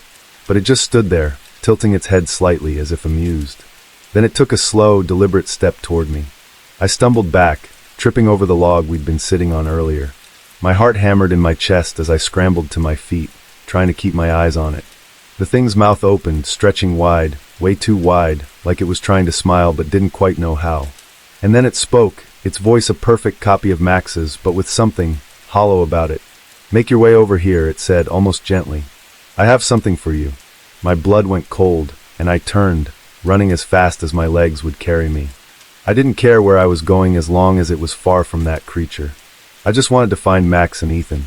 I wanted this nightmare to end. But even as I ran, I couldn't shake the feeling that it was following me, slipping through the trees, just out of sight, waiting for me to fall. When I opened my eyes, the world felt fuzzy, like I was drifting through a fog. It took me a minute to realize I was lying on a stiff bed in a hospital room. The light was bright, too bright, and my chest ached. I tried to sit up, but the pain was sharp, and I fell back onto the bed, breathing heavily. A nurse appeared by my side, her face kind but tired. "You're awake," she said gently. "Take it easy. You've been through a lot." My head felt scrambled, but memories started piecing together like a broken puzzle. The forest. The creature. Max and Ethan. Panic flared up inside me. Where are my friends? I choked out, looking around, half expecting to see that thing lurking in the corner of the room. The nurse laid a hand on my arm. "They're here. They've been waiting to see you." She gave me a sad smile and left the room. Moments later, Max and Ethan stepped in. They looked exhausted, with dark circles under their eyes. Relief flooded me, and I tried to smile, but they didn't smile back. They looked haunted. "Hey man," Max said, his voice barely above a whisper. "What happened?" I asked, the memories coming back in flashes. The camp. The blood. That thing. Ethan swallowed, looking away. We found you in the forest. After you ran off, we couldn't find you. We searched for days, going in circles, calling your name. But it was like the forest was keeping us from finding you." Max nodded, his voice shaky. "When we finally did find you, you were lying back at the camp, unconscious. You had these claw marks on your chest. Like something tried to..." He trailed off, staring at the floor. I looked down, realizing for the first time that my chest was covered in thick bandages. My skin prickled with fear. 2 days? I whispered. It didn't make sense. It felt like I'd only been running for minutes, maybe an hour. But 2 days? Ethan took a deep breath, as if forcing himself to speak. And there was something else. We kept hearing our names in the forest. Sometimes it sounded like you, sometimes like each other. But when we tried to follow the voices, we'd end up right back where we started. My skin went cold. They had heard the same voice I had. That hollow, empty voice calling out, pretending to be someone it wasn't. Max leaned forward, his voice low. "Whatever we saw, whatever that thing was, it wasn't human. It knew us. It wanted something." A shiver ran down my spine. "But it let us go," I whispered, more to myself than to them. "Why would it let us go?" Neither of them answered, and a heavy silence settled in the room. We all knew we'd never find an answer. The forest had given me back, but something told me it hadn't finished with me. I could still feel its eyes, watching, waiting, and I knew deep down that one day it might call for me again. In the quiet of the hospital room, I could almost hear it, a faint whisper just beyond the door saying, "Make your way over here. I have something for you." It was supposed to be just another camping trip. Fun. A little spooky maybe, but nothing we couldn't handle. Kevin, Sarah, Mia, and I had planned this weekend in the Arizona desert for months, wanting to explore a wild spot we'd found online, right by an old Native American reservation. It was exactly the kind of remote place where you could see a million stars at night, but if we'd known what was waiting for us out there, we'd never have gone. The weirdness started at this little gas station, right before the desert stretched on forever. An old man with long silver hair and a worn leather jacket was working behind the counter. He gave us a funny look as we paid for snacks and water. "You kids be careful out there," he warned, eyeing our gear. "Don't go too far into the desert, and don't wander off alone." Kevin grinned and asked why. That was Kevin, always up for a creepy story. The old man's eyes narrowed. "People say the skinwalker hunts these parts. It's a creature that wears people's faces, mimics voices, even turns into animals to stalk its prey. They say it knows what scares you the most." I laughed it off, but a shiver ran down my spine. Sarah just rolled her eyes. "It's just a story," she said, and we all piled back into the car. When we finally reached our camping spot, I had to admit it was beautiful. The red rocks jutted up like something out of an old Western movie, and the sky was huge, like it went on forever. We pitched our tents in a circle around the fire pit, just as the sun started to dip behind the hills, painting the desert in shades of pink and purple. After the tents were set up and the fire was roaring, we all sat around telling ghost stories. Kevin couldn't resist bringing up what the gas station guy said about the skinwalker. "Think about it," he said, poking the fire with a stick. "Imagine something that could look like anyone it wanted, something that could walk right up to you, even pretend to be someone you know. You'd never know if it was them or it." The fire crackled and shadows flickered on our faces. I noticed Mia shiver, pulling her hoodie tighter around her shoulders. "That's not funny, Kev," she whispered, glancing around the desert as if the rocks might be. Then out of nowhere a howl split the air, low and haunting. We all froze, eyes wide, searching the dark. It sounded close, too close, but when we looked we didn't see anything, just emptiness stretching out in every direction. "It's probably a coyote," Jake muttered, but he didn't sound so sure. We all tried to laugh it off, but something had changed. I couldn't shake the feeling that the darkness wasn't empty at all. It felt like something was out there, just past the light of the fire, waiting, watching. Kevin leaned in, lowering his voice. "They say if the skinwalker's close, you can hear it whispering your name." "Cut it out, Kev," Sarah said, her voice tense. But he didn't stop. "And if it gets close enough, it'll look just like you." None of us could laugh after that. The desert had gone silent except for the faint crackle of the fire. And for the first time, I felt a cold prickle of fear I couldn't explain, like something invisible was watching us from the darkness. That night, I lay in my sleeping bag, staring up at the roof of the tent, feeling a tightness in my chest I couldn't shake. The desert was silent, too silent. There was no wind, no bugs, no animal sounds, just this thick, heavy quiet, like even the rocks were holding their breath. I was almost asleep when I heard it. At first, it was just a faint scratching noise, like something brushing against the outside of the tent. I told myself it was probably a small animal, maybe a coyote, just sniffing around. But then I heard it again, louder this time and closer. Scratch, scratch, scratch, my heart thudded. I didn't want to move, but I had to look. Carefully, I unzipped the tent just a bit and peeked out. The fire was barely flickering now, casting long shadows across the rocks. I couldn't see anything, just empty desert stretching out into darkness. But that feeling, that prickle of being watched, was stronger than ever. Then I heard Mia's voice, soft and scared, calling my name. "Jake, Jake, are you awake?" I think I heard something. I crawled out of the tent, pulling on my shoes and jacket. Mia was standing by the dying fire, arms wrapped around herself, looking out into the shadows. Her face looked pale in the moonlight. "Did you hear it too?" I whispered. She nodded, her eyes wide. I think it's just an animal, right? Like a coyote or something." "Yeah," I said, but I didn't believe it. I didn't know what I believed. That's when Kevin's voice cut through the darkness. But it wasn't the usual teasing, light-hearted voice we knew. It was different, strained, almost too low. "Hey, what are you two doing out here?" We both jumped as he stepped out of his tent, his eyes dull and strange. He looked like he'd been awake for hours, his skin pale, his hair sticking up at weird angles. He had this odd expression on his face, like he was trying to smile, but it just looked wrong. "Did I scare you guys?" he asked, tilting his head a little too far to the side. "Stop messing around," Kevin, Mia said, her voice shaking. He just stared at us, not saying a word, that weird grin frozen on his face. Finally he chuckled, but it sounded off, like he was forcing it. "You two are such scaredy cats." Something about him made my stomach twist. Kevin was usually the first one to make a joke, to break the tension. But now he was just standing there, eyes glazed over, like he was seeing something far away that we couldn't see. I opened my mouth to say something when suddenly, from out in the desert, I heard my own voice calling for help. It was like a horrible echo, repeating my name in a twisted, distorted way. "Jake, Jake, help me." I looked at Mia, panic rising in my chest, but she was just as scared, her face pale as a ghost. We both looked back at Kevin, who was just smiling at us, that strange, blank smile, as if he knew something we didn't.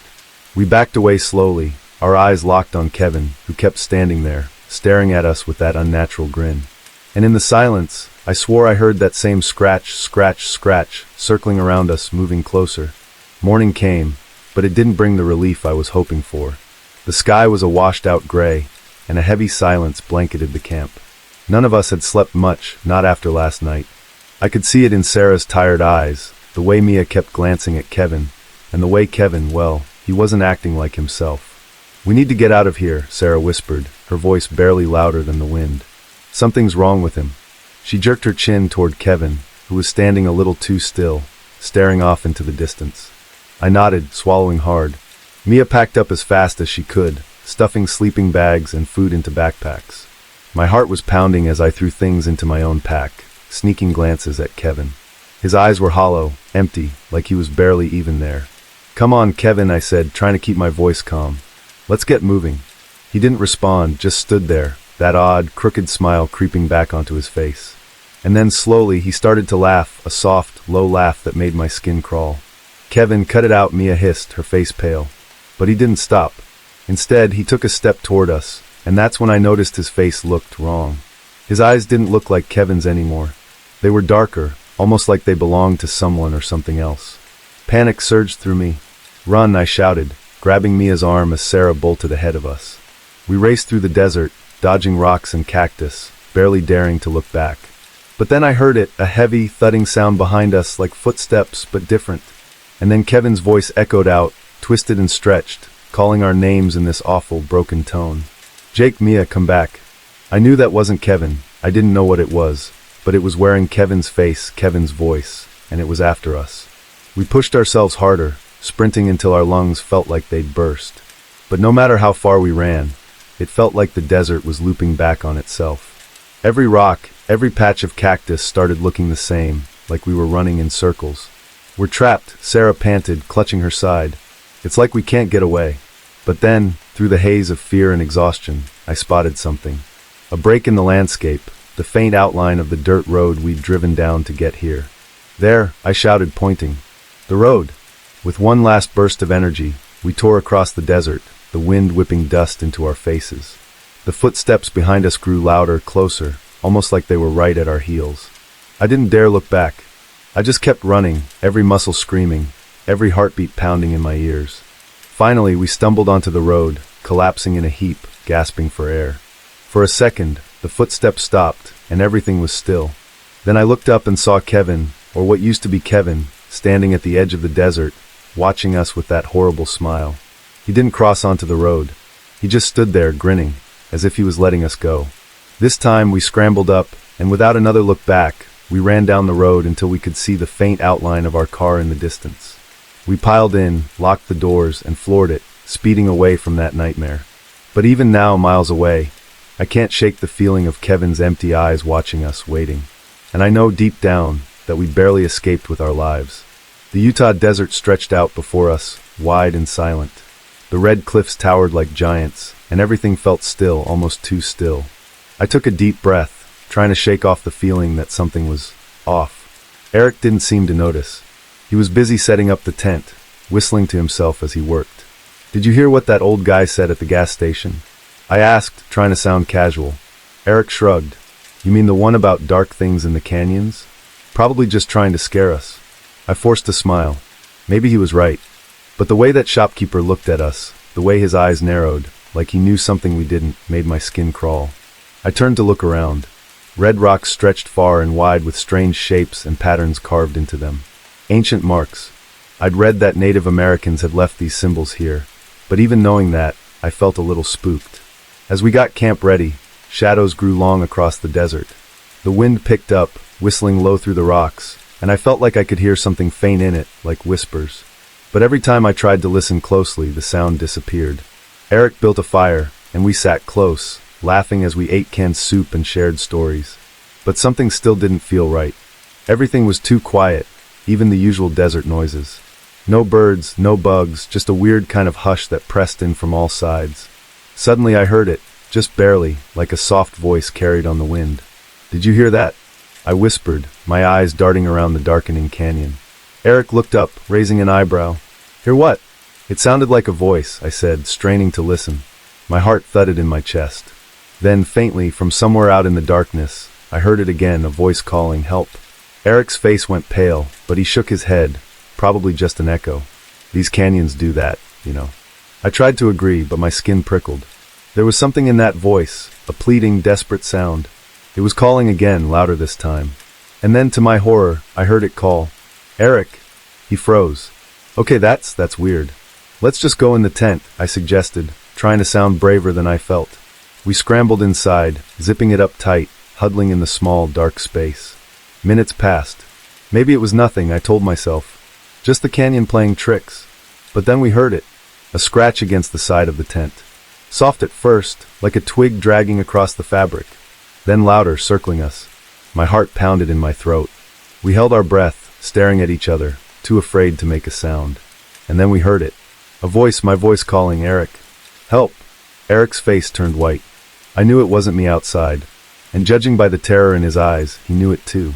The scratching continued, slow and steady, like someone was testing the tent. Then it shifted to a low growl, circling us, moving outside. We clutched each other, not daring to move, waiting in the pitch black as something lurked just outside our flimsy tent walls.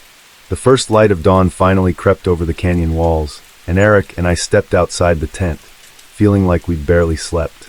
The night had been filled with sounds that didn't belong, and I couldn't shake the feeling that something awful had been circling us in the dark. But that wasn't even the worst part. As I looked down, I froze. All around our campsite were strange footprints. They looked almost like animal tracks, but not quite. They were too large, and the claws. They dug deep into the earth, like whatever made them was something heavy. Eric leaned over them, his face pale. What kind of animal would even make prints like these? He whispered, more to himself than to me. I shook my head, swallowing hard.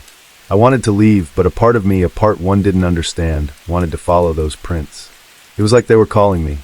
I took a few steps, tracing the path of the tracks deeper into the canyon. "Lena, wait," Eric hissed, catching up to me. "Are you seriously following them?" "I don't know, Eric," I whispered back, feeling my heart pound. I feel like we need to know what it was." He looked at me like I was crazy, but he followed, and together we started moving further into the canyon. The path wound between tall, silent cliffs that blocked the sun, casting deep shadows. The air felt heavy, thick, with a smell that made my stomach turn, like something old and rotten. The footprints led us through a narrow pass, and as we came out the other side, we saw something that made us both stop cold. There, arranged in a twisted, disturbing pattern on the ground, were bones.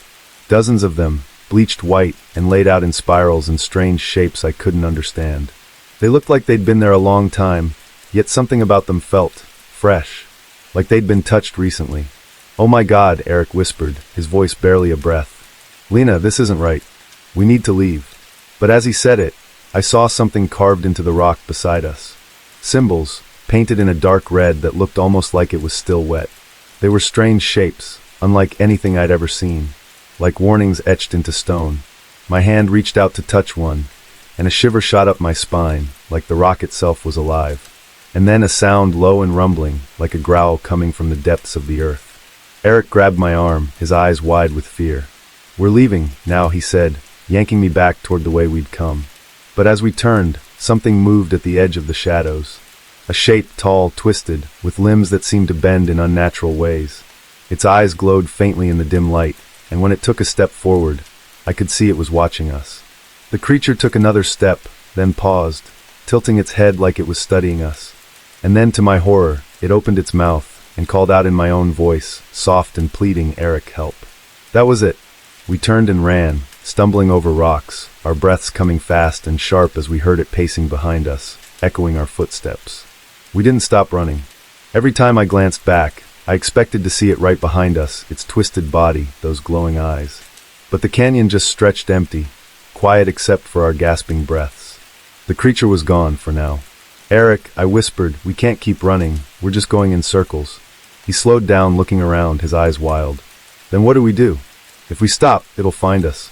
I tried to think, but my brain felt frozen. Then I remembered the rock formation we'd passed earlier, the one with strange symbols carved into it. Something about it had felt safe, somehow, like it held some kind of ancient protection. "I think I know where we can hide," I said, grabbing his arm. "The rock formation, the one with those old symbols. It's back that way." Eric looked at me, his face full of doubt, but he nodded, and together we crept back the way we'd come, sticking close to the canyon walls. Every shadow felt like it was watching us. Every sound made us flinch. The sun was going down, casting everything in a creepy reddish glow. Finally, we reached the rocks. They stood in a half circle, tall and jagged, with strange faded symbols painted on them. I didn't know what they meant, but something deep inside me told me they were important. We pressed our backs against the rocks, keeping our eyes on the canyon in front of us. For a moment there was just silence. But then, a shuffling sound came from the shadows. It was here. The creature stepped out from behind a boulder, moving slowly, its limbs jerking in weird angles. It looked almost human, but not quite. Its arms were too long, its face stretched and wrong, and its eyes gleamed with a sickly yellow light. It moved toward us, one slow shuffling step at a time. And every time it stepped closer, I felt a wave of cold fear roll over me. Then it spoke. In a twisted, hollow version of my own voice, it called out, "Eric. Lena, come closer." Eric grabbed my hand, squeezing it so tightly it hurt. "Lena, what are we going to do?" "We stay here," I whispered, hoping I sounded braver than I felt. I think it can't come closer because of the symbols." The creature paused, tilting its head as if it understood what I'd said. Its eyes narrowed, and it let out a low, angry growl. Then it took another step, stretching its hand toward us. But as it got closer to the rocks, it seemed to hit something, an invisible barrier that made it hiss in pain. The creature shrieked, a sound that echoed through the canyon and made my ears ring. It paced back and forth just inches away, its eyes filled with a rage so intense I felt it burning through me. I gripped Eric's hand, holding on as tightly as I could, praying for dawn to come. We stayed there all night, pressed against the rocks, barely breathing. The creature circled us again and again, howling and clawing at the air, its twisted form shifting in and out of the shadows. But it couldn't reach us. Finally, as the first rays of sunlight crept over the canyon walls, the creature let out a final, furious shriek and melted back into the darkness. We waited a few minutes, then stumbled out of the canyon, too tired and scared to speak. As we climbed into the car, I looked back one last time. The rocks stood silently, watching us, guarding the secret they'd kept for centuries, and I knew we'd barely escaped alive. I felt like the luckiest kid alive. My parents were finally trusting me enough to leave me home alone for the weekend. They were off to visit my aunt and uncle, a trip I was happy to skip since my uncle was strict about everything, from clothing to house rules. Honestly, he scared me more than anything else, with his serious lectures about respect and discipline. When my mom said I didn't have to go, I almost jumped for joy. As they got ready to leave, Mom and Dad gave me the usual warnings. They'd left emergency numbers on the fridge, enough food to last me the weekend, and a strict warning to call them if anything went wrong. I nodded along, barely listening, already planning what I'd do with my freedom. When they finally backed out of the driveway, I stood at the window and waved, feeling a small twist of nerves. But as soon as they were out of sight, I closed the blinds and grinned. This was my weekend. I had movies lined up, video games to beat, and a stash of snacks all to myself. I started in the living room, turning on the TV, and sinking into the couch.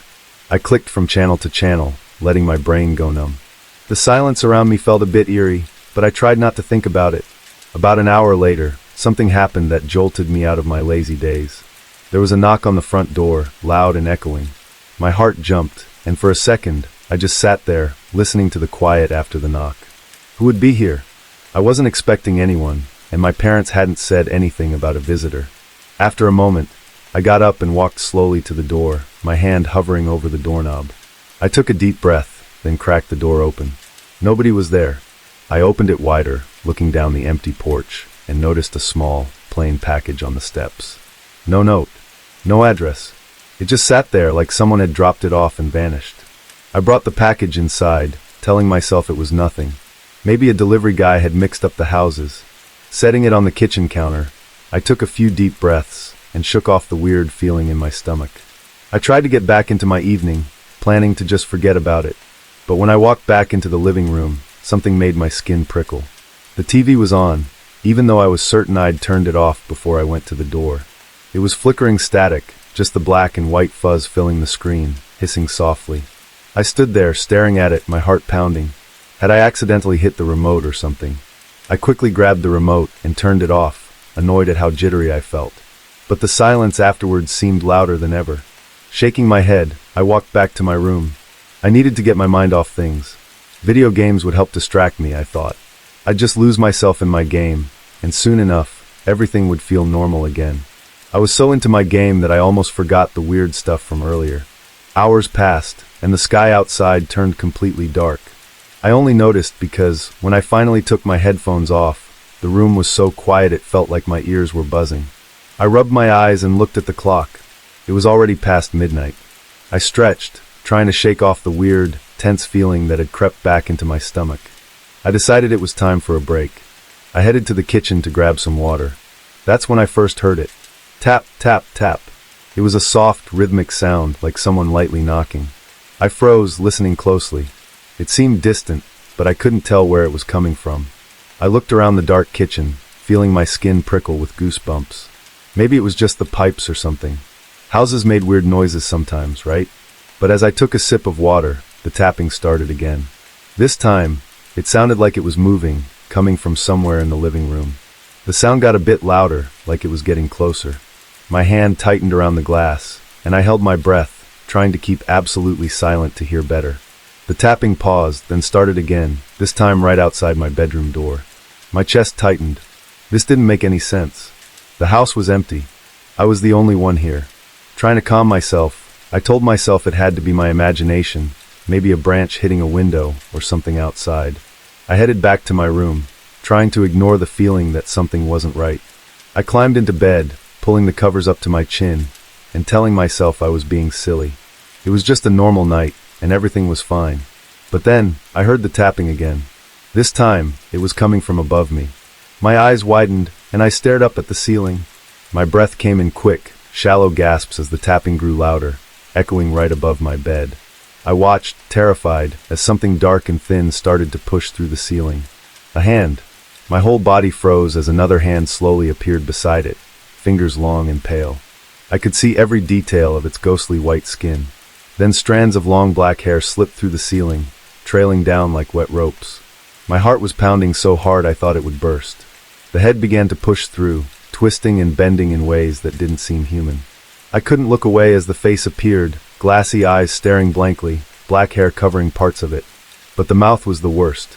Her mouth was wide open, and there was no lower jaw, just a gaping hole where her mouth should have been, her tongue dangling loose and swinging like a broken clock. My body finally snapped into action. I yanked the covers over my head, squeezing my eyes shut, wishing it would all just go away. But I could still hear her, that awful wet breathing, and the scraping of her fingers against my ceiling. I didn't dare move. I couldn't breathe.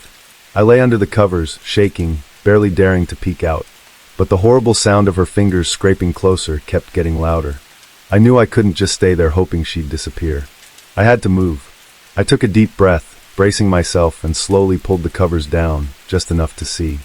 She was still there, hanging from the ceiling, her head twisted in a strange angle, her empty glassy eyes staring right at me. Her hands reached toward me, fingers like ice, moving so close I could feel the chill. Her mouth was an empty gaping hole, her jaw missing, her tongue hanging out like something dead. In that moment, something in me snapped, and I felt the scream rip through me. I threw myself off the bed, landing hard on the floor, and scrambled for the door, not even looking back. I could feel her behind me, that terrible cold pressing against my back, her wheezing breath filling the room. I burst into the hallway, slamming the door behind me, my heart racing so fast it hurt. I dashed down the hall, barely seeing where I was going. My mind was spinning, my only thought to get as far away from her as possible. I grabbed my phone off the couch, fingers shaking so badly I almost dropped it as I hit the call button for my parents. My mom answered on the second ring, her voice groggy. "Honey, it's late. Is everything okay?" I could barely speak, my words tumbling out in a panicked mess. Mom, please don't hang up. There's something in my room, this woman, she was in my ceiling, and I couldn't even find the right words to describe what I'd seen. She was right above me. I don't know what's happening. There was a pause on the other end of the line, and then my mom's voice softened. Sweetheart, it's okay. You probably just had a nightmare. You're home alone, and it's dark. It's natural to feel scared. No, I insisted, my voice shaking. It wasn't a nightmare. She was real, I swear. Mom sighed, clearly trying to be patient. Look, just take a deep breath. Check your room if it makes you feel better. I promise, there's nothing there. We'll be home tomorrow night. Can you wait until then? I nodded, even though she couldn't see me, swallowing the lump in my throat. Okay, I'll try. I hung up, but I didn't go back to my room. I knew what I'd seen, even if it sounded crazy. There was no way I was going back in there. I ended up sitting on the living room couch, every light in the house on, staring at the TV but not really watching. I stayed like that until morning, my eyes heavy and my body aching with exhaustion. When the sun finally started to rise, I crept back to my room. I had to see if she was really gone. The room looked normal, but as I glanced up at the ceiling, I froze. There, faint but unmistakable, were scratches, long, thin lines, right where her fingers had been reaching. My heart sank. I wasn't alone that night, and I wasn't imagining it. My name's Eric, and let me tell you, life hasn't exactly been a walk in the park. I'm 25 now, and I've been on my own for as long as I can remember. My parents? Well, they've been in and out of jail and rehab my whole life. That left me to figure out how to survive by myself. Right now, I've got 2 jobs, one as a waiter at a local diner and another cleaning offices at night. Between the long hours and endless bills, life feels like one big treadmill I can't get off. One evening, after a particularly rough day at the diner, I was nearing the end of my shift. All I wanted was to get through the last few tables and go home. But there was this group of guys, high schoolers by the looks of them, acting like they owned the place. They were loud, obnoxious, and making everyone around them uncomfortable. I'd already asked them once to keep it down, but of course they didn't listen. I walked over, trying my best to stay calm, though I could feel the frustration building. Hey guys, I said, putting on a polite but firm tone. I need you to quiet down a bit. You're disturbing the other customers. One of them, a tall kid with messy blonde hair, looked me right in the eye and sneered. We just came from prom, man. We're trying to have a good time. Why don't you mind your own business? His breath reeked of alcohol, and I knew he wasn't just drinking soda like the rest of them. I held my ground. You've been warned. If you don't settle down, I'll have to ask you to leave. That's when the guy's smirk turned into something darker. Before I could even react, he picked up his drink, a large cup of soda, and tossed it in my face. I stood there, soaked, the sticky liquid running down my neck. For a second, everything went red. I wanted to grab him, to show him he couldn't treat people like that. But just as I took a step forward, I felt a hand on my shoulder. It was Glenn, the owner of the diner, pulling me back. Let it go, Eric, he said quietly, his voice steady. I'll handle this. In the back room, as I wiped the soda from my face, Glenn shook his head. I've never seen you this upset before, he said, his eyes studying me. What's going on? I tried to brush it off, but he didn't buy it. It's more than the soda, isn't it? He wasn't wrong. For the past few months, it felt like everything was piling up. The long hours, the constant bills, the endless grind. I was exhausted, burned out, but I didn't want to admit it. Glenn crossed his arms, leaning against the counter. Eric, you've been working nonstop. You need a break before you crack. I'm taking you off the schedule for a week. Go home, rest, get your head on straight. At first, I argued. I couldn't afford to take time off, but Glenn wouldn't listen. He was right, though. I needed a break, whether I liked it or not. That night, I walked back to my apartment, feeling lost. Without work to distract me, what was I supposed to do with myself? As I opened the door, the silence inside felt suffocating. It was just me alone with my thoughts. And I didn't like where they were headed. The next morning, I woke up to a loud banging on my apartment door. I wasn't expecting anyone, so I hesitated before opening it. When I did, there stood Damon, my cousin, with his signature cocky grin. Damon was the kind of guy who always seemed to have it all together. Money, confidence, and a lifestyle that couldn't be more different from mine. Hey, Eric, Damon said, pushing past me and into the apartment. He looked around at the clutter, raising an eyebrow. Still living the dream, huh? I ignored his jab and asked, what are you doing here? Damon clapped a hand on my shoulder. I rented a cabin in the mountains for a few days. Figured I'd invite you along. You could use a break. At first, I wanted to say no. Damon and I didn't have much in common. He was into hunting and outdoor stuff, while I'd rather stay inside, away from bugs and dirt. But then I remembered Glenn forcing me to take time off, and how lost I felt with nothing to do. Maybe getting out of town for a bit wouldn't be so bad. I sighed and nodded. Sure, why not? A few hours later, we were on the road, heading deep into the mountains. Damon's truck was packed with all his hunting gear, rifles, ammo, and enough beer to drown an army. He talked the whole way, mostly bragging about his latest hunting trips, his job, and the new expensive rifle he'd brought along. I mostly tuned him out, staring out the window as the scenery changed. The trees got taller, the road narrower, and the sky seemed to close in above us. By the time we arrived at the cabin, the sun was already low in the sky. The place was more rundown than I expected. The wooden structure creaked as we walked up to it. The windows were small and dark. Inside, it was even weirder. The walls were covered with hunting trophies, deer heads, antlers, and animal pelts. It felt like we were stepping into some kind of hunter's museum. The air smelled musty, and the furniture looked like it hadn't been touched in years. Damon didn't seem bothered at all. He threw down his bags, cracked open a beer, and tossed one to me. "This is what you need, man. Fresh air, cold beer, and some quality hunting." I took the beer, but my stomach was tight with unease. The cabin felt too quiet, the forest around it too still. Something about this place didn't sit right with me, but I couldn't explain why. As night fell, we sat by the fireplace drinking. At first, Damon was in a good mood, talking about his hunting plans, and how excited he was for me to finally bag a deer. But the more he drank, the more his attitude shifted. He started teasing me about my life, how I worked too much, how I didn't have any friends, and how I was always stuck in that same old apartment. His words were like little jabs, each one hitting closer to home. I tried to shrug it off, but it was getting harder to keep my cool. Finally, when he made some snide comment about how pathetic my life was, I'd had enough. Without saying a word, I grabbed one of his rifles and stood up. "I'm going hunting," I said, needing to get away from him and clear my head. Damon just laughed. "Good luck, man. Don't get lost out there." I stepped outside into the cold, dark forest, the rifle heavy in my hands. The trees towered over me, and the air felt thick and damp. I wasn't a hunter. I didn't even know what I was doing. But right now, being out here felt better than being in that cabin with Damon's insults echoing in my ears. I didn't plan to actually shoot anything. I just wanted some space, some quiet. But as I ventured deeper into the woods, a strange sense of dread started to creep over me. The forest was too quiet. It felt like something was watching me, hidden in the shadows. I don't know how long I walked through the woods, but the further I went, the darker it got. The trees seemed to close in around me, their branches twisted like claws.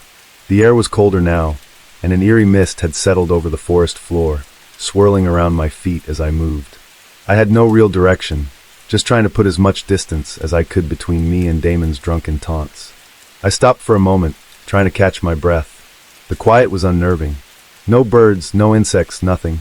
Just the soft crunch of my boots on the fallen leaves. My grip tightened on the rifle, more out of instinct than anything else. I wasn't really planning to use it, but in that silence, the weight of the gun felt like my only sense of security. Suddenly, something caught my eye up ahead, a flash of movement through the trees. I froze, squinting through the dim light, trying to make out what it was. My heart pounded in my chest. Maybe it was just a deer. Damon had brought me out here to hunt, after all. But something about the way it moved seemed weird. I took a cautious step forward, my pulse quickening. That's when I saw it. Antlers sticking out from a bush just ahead of me. Relief washed over me for a second. It really was just a deer. But as I moved closer, that relief quickly turned to horror. The deer wasn't standing. It was lying on the ground, motionless. And it was torn apart, ripped open in the most brutal, bloody way I'd ever seen.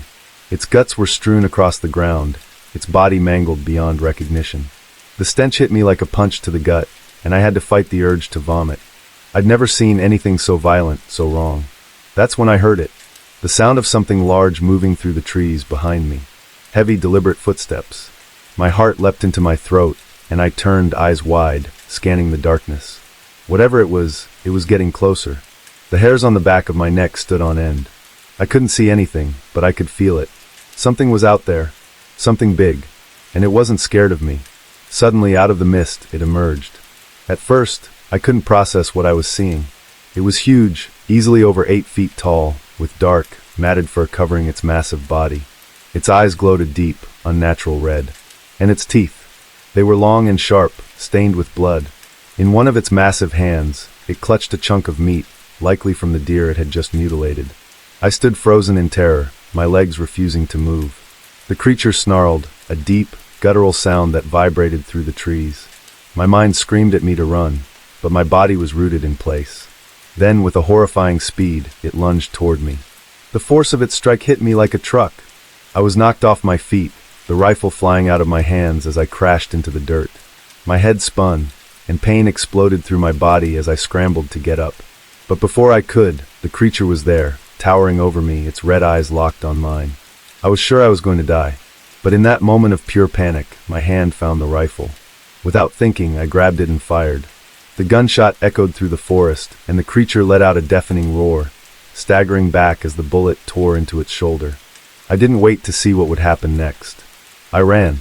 I ran faster than I ever had in my life, the sound of the beast's furious howls chasing me through the trees. I had to get back to the cabin. I had to get away. I didn't stop running. My legs burned, and my lungs felt like they were going to explode. But I couldn't slow down. Every step felt like it wasn't fast enough. Behind me, the creature's roars filled the night, getting louder, closer. Twigs snapped underfoot and branches scratched at my face, but I didn't care. All I could think about was reaching the cabin. When I finally saw the faint glow of the cabin's windows through the trees, a surge of relief hit me. I burst through the door, slamming it behind me, gasping for breath. Damon looked up from cleaning one of his rifles, a beer still in his hand. His eyes went wide when he saw me, covered in dirt, blood, and pure panic. "Eric, what the hell happened to you?" he asked, standing up. "We have to get out of here. Now," I shouted, my voice shaking. I rushed to the window, peeking through the blinds. The trees outside swayed, and the distant thud of heavy footsteps told me the creature wasn't far behind. Damon frowned, clearly not understanding the urgency. "Calm down, man. You probably just saw a bear or something. Relax." "No," I snapped, turning to him. "This wasn't a bear. This thing, it's huge, Damon. And it's coming right now." Before I could explain further, a loud bang echoed from the side of the cabin. The whole building shook.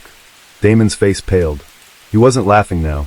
We both stood frozen for a moment as the sound of something massive circling the cabin filled the air. It was like the walls themselves were groaning under the pressure. "Grab the guns," Damon whispered, his voice tight with fear.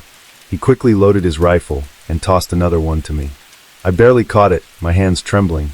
The creature pounded on the walls again, this time harder. The windows rattled. It was testing the cabin, looking for a way in. I backed up, heart pounding in my chest. Damon stood by the door, rifle raised, eyes darting from side to side, waiting for the inevitable. Suddenly, there was a crash. The front window shattered, and a giant clawed hand reached through, swiping wildly. Glass flew everywhere, and we both jumped back. Damon fired, the sound of the gunshot deafening in the small cabin. The creature let out a monstrous roar, pulling its hand back, but we knew it wouldn't stop. It was angry now, desperate to get inside. "We have to get out of here," I yelled, already heading for the back door. Damon hesitated for a second, but then nodded, grabbing his gear. Another crash came from the front as the door began to buckle under the creature's strength. We didn't have time. Without looking back, we burst out the back door and ran into the dark woods. I didn't know where we were going, but I knew we couldn't stay there. The creature's roars echoed behind us, closer now. Every second felt like it was about to catch us, like we were running from the very jaws of death. The forest felt endless, and the darkness swallowed everything, but we kept running, pushing through the trees, slipping on rocks and dirt. The creature's footsteps followed us for what felt like hours, but finally, mercifully, they began to fade. Maybe it had lost interest, or maybe it couldn't keep up. I didn't care. I just knew we were still alive. Eventually we found the road. Damon's truck still parked where we left it. We jumped in, and Damon floored the gas. The tires screeched as we sped away from the woods, the cabin shrinking in the rearview mirror. Neither of us spoke the whole ride back. By the time we reached town, the sun was starting to rise. I was exhausted, every muscle aching, but we had made it out. Barely. As Damon parked the truck, he finally broke the silence. "We're never going back there," he said, his voice low. I nodded, staring out the window at the rising sun. Whatever was in those woods, it wasn't something meant to be found. I didn't know what it was, but I knew one thing for sure. I was never going near that cabin or any forest again. My name is Levi, and I'll never forget that night in the woods. It started out like any other night with my cousins and me playing manhunt. We had our own version of the game, hiding in teams and trying to sneak around without being caught. My cousin Marty and I were on one team, and our cousin Lorelei and her friend Blaine were on the other. We always played in the woods near Nana's house in Nebo, Louisiana. The woods felt different at night, though. There was something about the darkness. Marty and I were walking deeper into the forest, looking for a good place to hide. The trees started to look strange the further we went. They weren't random like normal trees. They were all lined up in perfect rows. It gave me the creeps, but I didn't say anything. We found a spot to hide and turned off our flashlights. Everything went completely silent except for the sound of our breathing. We crouched there for what felt like forever, waiting to hear Lorelei and Blaine coming after us. That's when we heard it, the sound of footsteps. At first it was faint, like someone carefully stepping on dry leaves, but soon the footsteps got closer and louder. There were no bushes to hide in, just trees and piles of dead leaves on the ground. Marty and I exchanged nervous glances. We were sure it had to be Blaine or Lorelei trying to sneak up on us. "Marty," I whispered, "did you hear that?" He nodded, his eyes wide. "Yeah, but it doesn't sound like them." I felt a shiver run down my spine. We hadn't seen anyone, and by now, Blaine or Lorelei should have been close enough for us to spot them with our flashlights. Marty's hand shook as he raised his phone and sent a quick text to Lorelei, asking where they were. We sat there in the dark, waiting for a reply, trying not to panic. Then I heard it, a soft rustle, like something moving just beyond the trees. Marty's phone buzzed. He looked at it, and I saw the color drain from his face. "Blaine's at the house," he said, his voice barely above a whisper. "Lorelei's on Nana's porch." My heart skipped a beat. If Blaine and Lorelei were at the house, then who, or what, was in the woods with us? Just then, something darted past us, so fast that we could barely see it. Marty jumped up, shining his flashlight around, but all we saw were the rows of trees and the thick shadows between them. Whatever it wasn't human, and it was fast. I didn't need to say anything. Marty and I locked eyes, and we both knew what to do. We bolted out of the woods, running as fast as we could. My feet pounded the ground, leaves crunching underfoot as I tried not to trip. I didn't dare look back. By the time we reached Nana's house, we were both out of breath, hearts racing. We stood there in the safety of the porch, staring into the dark woods. Whatever was out there wasn't Lorelei, Blaine, or any of us. And it wasn't done watching us either. Something was in those woods that night. Something fast. Something dangerous. A few years after that creepy night in the woods, I figured I had moved on. I mean, nothing weird had happened since, right? But even though I told myself I'd forgotten about it, the truth is, that night never really left me. Still, life goes on. And as teenagers, my cousins and I found new ways to have fun. That usually meant hanging out on the dirt roads near the oil fields late at night, where nobody bothered us. One night it was me, my cousin Jaden, our friend Gage, and a couple of other friends, maybe EJ. I can't remember exactly. We had this favorite spot on a hill where all the trees had been cleared out. It gave us a perfect view of the sky. We'd go out there to smoke and drink and just relax, especially on nights like this one, when the stars were bright and the air was cool. The open sky always felt peaceful, but there was something about the quiet that night that made me uneasy. We started walking down the dirt road toward the hilltop, and I was trailing behind, as usual. I was a little buzzed, so I wasn't really in a rush. The others were ahead of me, laughing and talking, their voices fading in and out as I lagged behind. It was kind of calming, but that's when I started to notice Gage acting strange. He kept glancing back at me, his face looking tense, like something was bothering him. I figured he was just high, so I didn't pay much attention. Finally, we reached our spot. The sky above was wide open, stars sparkling like glitter. I sat down on the ground, feeling the cool breeze against my face. That's when EJ came up to me with this weird look on his face. "Hey Levi," he said. "Gage is tripping out. He thinks you're a skinwalker or something." I laughed. I thought it was hilarious that Gage was so high he thought I was a skinwalker. I mean, come on, a skinwalker. Those are just stories, right? But then Gage spoke up, his voice dead serious. "No, Levi, I didn't think you were a skinwalker. I saw something behind you." I froze. "What do you mean behind me?" I asked, my voice suddenly not so confident anymore. Gage stared at me, his eyes wide. "When we were walking back here, I saw something. Tall. It was moving behind you. But when I looked again, it was gone." My stomach dropped. Suddenly, I wasn't laughing anymore. Gage wasn't the type to mess around like that. And the way he looked at me, it wasn't a joke. I swallowed hard, my heart pounding in my chest. "Are you sure you weren't just seeing things?" I asked, hoping that he was just too high to know what he saw. But Gage shook his head. "No man, I know what I saw. Something was following you, Levi." I didn't say anything. I couldn't. My mind was racing, flashing back to that night in the woods, when Marty and I had run from something we couldn't explain. Was it possible that whatever had been out there was still watching us? Still following us?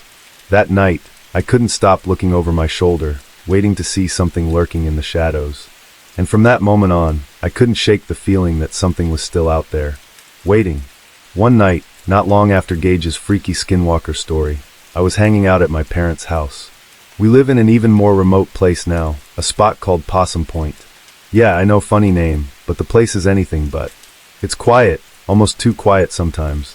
The kind of place where, when the sun goes down, the only sounds you hear are your own footsteps, and maybe the wind rustling through the trees. It's peaceful during the day, but at night, well, it's different. My younger sister, Georgia, used to love walking the dirt roads around our house after dark. She's like me in that way.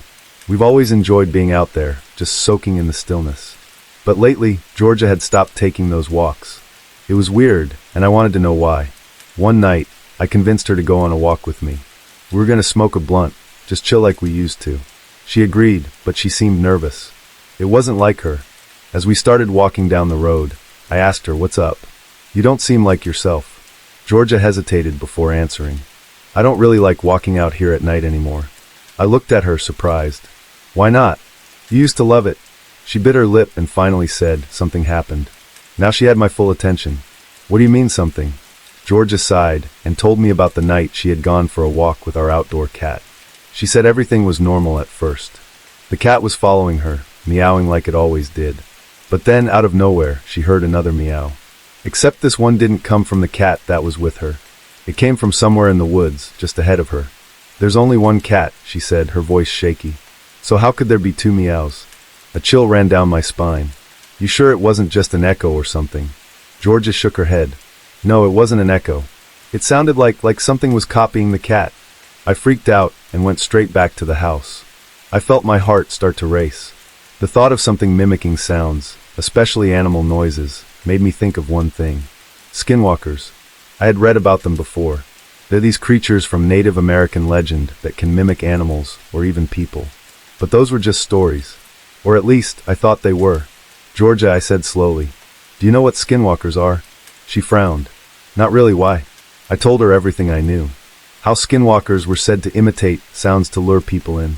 How they could even mimic voices to make you think it was someone you knew. By the time I finished, Georgia's face had gone pale. "You think that's what it was?" she whispered. "I don't know," I admitted. "But it's starting to feel like more than just a coincidence." We stood there for a moment, staring into the woods that surrounded us. I couldn't shake the feeling that we weren't alone out here, that something was watching us from the shadows. We walked back to the house quickly after that, our heads on a swivel, listening for any sound that didn't belong. That night, I couldn't stop thinking about the second meow. If something had been copying the cat, what else could it be copying? And what would it want with us? I couldn't stop thinking about what Georgia told me. The meowing in the woods, Gage's story about something following me, and the thing Marty and I ran from in the forest years ago. It all seemed connected somehow, like whatever it was hadn't left us alone. It was still out there watching, waiting. The more I thought about it, the more I felt like I needed to face it. I couldn't keep running forever. So one night, I made up my mind to camp out in the woods. Alone. It was a dumb idea, I know. But something inside me needed to know if what I feared was real. If there really was something lurking in the woods around Nebo. I packed a small bag, just a flashlight, a blanket, and some snacks, and headed out after dark. The woods felt different at night. Darker than usual. Every sound seemed louder, every shadow longer. I tried to shake off the fear creeping up my spine, but it clung to me heavy and thick. I reached the clearing where Marty and I had hidden that night. The trees were still in perfect rows, like soldiers standing at attention. I set up a small fire, the flickering flames casting long, dancing shadows all around me. I sat there, staring into the woods, waiting. At first, nothing happened. Just the usual night sounds. Crickets chirping, wind rustling through the leaves. But then, after a while, the crickets went silent. The hairs on the back of my neck stood up. I scanned the tree line with my flashlight, my heart pounding in my chest. The feeling was back. The feeling that I was being watched. I kept telling myself it was just my imagination, but deep down, I knew it wasn't. Something was out there, and it was getting closer. Suddenly I heard it. A soft rustling like footsteps moving through the leaves. My heart jumped into my throat. I shined my light toward the sound, but I didn't see anything. The footsteps stopped. Silence. I held my breath, my hands shaking. Then from the opposite direction, I heard it again. Footsteps, this time faster, like something running. I whipped my light around, but there was still nothing. My pulse was racing now, panic clawing at my chest. I grabbed my blanket and stood up, ready to run, but I didn't know which way to go. That's when I saw it. Just for a second, a flash of movement between the trees. Something tall, fast, and watching me. I froze, my mind screaming at me to run, but my legs wouldn't move. The thing. It was there, just beyond the reach of my flashlight, lurking in the darkness. I took a step back, my heart hammering in my ears. And then, in the silence, I heard it. A sound that made my blood run cold. It wasn't an animal. It wasn't the wind. It was a voice. A whisper, soft and clear. My own voice calling out from the woods. Levi. That was it. I turned and bolted, running as fast as I could. The voice echoing behind me. I didn't stop until I reached the house, breathless and shaking. I don't know what that thing was, but I know one thing for sure. It's still out there, watching, waiting. And one day, it might come back for me. The Utah desert stretched out endlessly in front of us, all red rocks and dusty trails. I'd never seen anything like it. Mark was driving, his hands tight on the wheel as the car bumped along the dirt road. Emily sat next to him in the passenger seat, flipping through the map we probably didn't need. It was the middle of nowhere, exactly what we'd been looking for. Did you guys know that this area is full of ancient Native American legends? Mark said, glancing at us in the rearview mirror. They say skinwalkers used to roam these canyons. I rolled my eyes from the back seat. Seriously, Mark? We're here to camp, not listen to ghost stories. Emily smiled but didn't say anything. I could tell she was already a little freaked out. Mark had a habit of spouting off weird facts whenever we went on these trips, and this one was no different. Still, something about the way he said skinwalkers made me uneasy. I shoved the feeling down and focused on the scenery outside the window. The canyons were beautiful, with towering red walls and narrow crevices that looked like they had been carved out over centuries. It was peaceful but lonely. After what felt like hours, we finally found a spot to set up camp. It was perfect. No other campers, no sign of civilization, just us and the wild. We pitched our tents in a small clearing by a rocky ledge. The sun was beginning to set, casting long shadows across the canyon. I watched as the colors shifted from orange to deep purple, the sky slowly darkening. We gathered around the fire, eating dinner, and laughing about how we were going to survive without cell service for a whole week. Mark told us more about the area, but this time, I didn't feel like joking around. The air had changed. It was cooler, and a slight breeze picked up, rustling the bushes around us. There was something in that breeze. A faint sound like whispering, but I couldn't make out what it was. You guys hear that? I asked, my eyes scanning the darkness beyond the firelight. Emily shook her head, looking a little pale. Probably just the wind, she said, but her voice was unsure. Mark shrugged. It's the desert. It can mess with your senses. I nodded, trying to convince myself it was nothing, but I couldn't shake the feeling that we weren't alone. The shadows seemed to move, just at the edge of the light, like something or someone was watching. I kept telling myself it was my imagination. I mean, we were miles away from anyone else, right? Later, when we crawled into our tents, I tried to sleep, but my mind wouldn't let me. Every time I closed my eyes, I'd hear something. A branch snapping, footsteps, or maybe just the wind. I didn't know anymore. Then I heard it, my name, whispered softly from somewhere outside. Ryan. My heart jumped into my throat. It was Emily's voice, but when I peeked out of my tent, she was still zipped up in hers, fast asleep. I blinked into the darkness, my breath caught in my chest. I couldn't see anything, but I knew what I heard. It was impossible, but it was real. I laid back down, pulling the sleeping bag tight around me, my pulse pounding in my ears. Something wasn't right. As the fire died down outside, I couldn't shake the feeling that this was just the beginning of something much worse. By morning, the strange feeling from the night before hadn't gone away. The air was heavy, like something was lurking just beyond the camp. I shook off the thought and helped Mark and Emily pack up our gear for the day's hike. We planned to explore one of the deeper canyons nearby, a place we were sure no one else would be. As we started hiking, The sun was already beating down on us. The heat bounced off the canyon walls, making everything feel hotter. The path was narrow, with cliffs towering on either side. It was beautiful, but something about it made me feel small, like we were being swallowed up by the landscape. Every sound echoed, and it made me jumpy. Mark was up ahead, rattling off more facts about the area. These canyons have been here for millions of years. People say they hold secrets no one's ever uncovered. He laughed, but his voice didn't have the usual ease it did. I think he was feeling it too, the sense that something was off. As we moved deeper into the canyon, I started noticing things. The rustling in the bushes that I'd heard last night came back, but this time, it wasn't the wind. I could hear it, something moving, following us. Every now and then I'd look back, but there was nothing there. My stomach tightened with dread. I didn't want to freak out, but I couldn't help it. I could feel it in my bones. We weren't alone. You guys hear that? I finally asked, stopping in my tracks. Emily and Mark turned. Emily's eyes were wide, and I knew she heard it too. Probably an animal, Mark said, but even he didn't sound convinced. Coyotes, maybe. No way, Emily muttered. Coyotes don't sound like that. We kept walking, but now the mood had changed. None of us said it, but we were all listening for the sound. It came again, closer this time, footsteps. I swear I saw something out of the corner of my eye, something dark and fast, but when I turned, it was gone. We reached a narrow part of the canyon where the walls closed in, and the trail was barely wide enough to walk single file. That's when the noises got louder, a rustling behind us, then the sound of rocks tumbling down a slope. We spun around, flashlights out, searching the shadows. Nothing. Ryan stopped looking so paranoid, Mark said, but his voice shook. He was trying to keep it together, but I could tell he was scared. We pushed on, the tension building. The canyon seemed to go on forever, and every step we took felt heavier. My heart was racing, and I couldn't shake the feeling that something was right behind us, watching. Suddenly we heard it, loud and clear this time, a voice. Mark. It was Emily's voice, but she was right next to me. She froze, her face pale as a ghost. What was that? She whispered. I didn't answer. I couldn't. We all stood there, frozen, staring into the dark canyon ahead. Let's go back, I said, my voice shaking. But before we could turn around, the voice came again. This time it was mine. Ryan. Chills ran down my spine.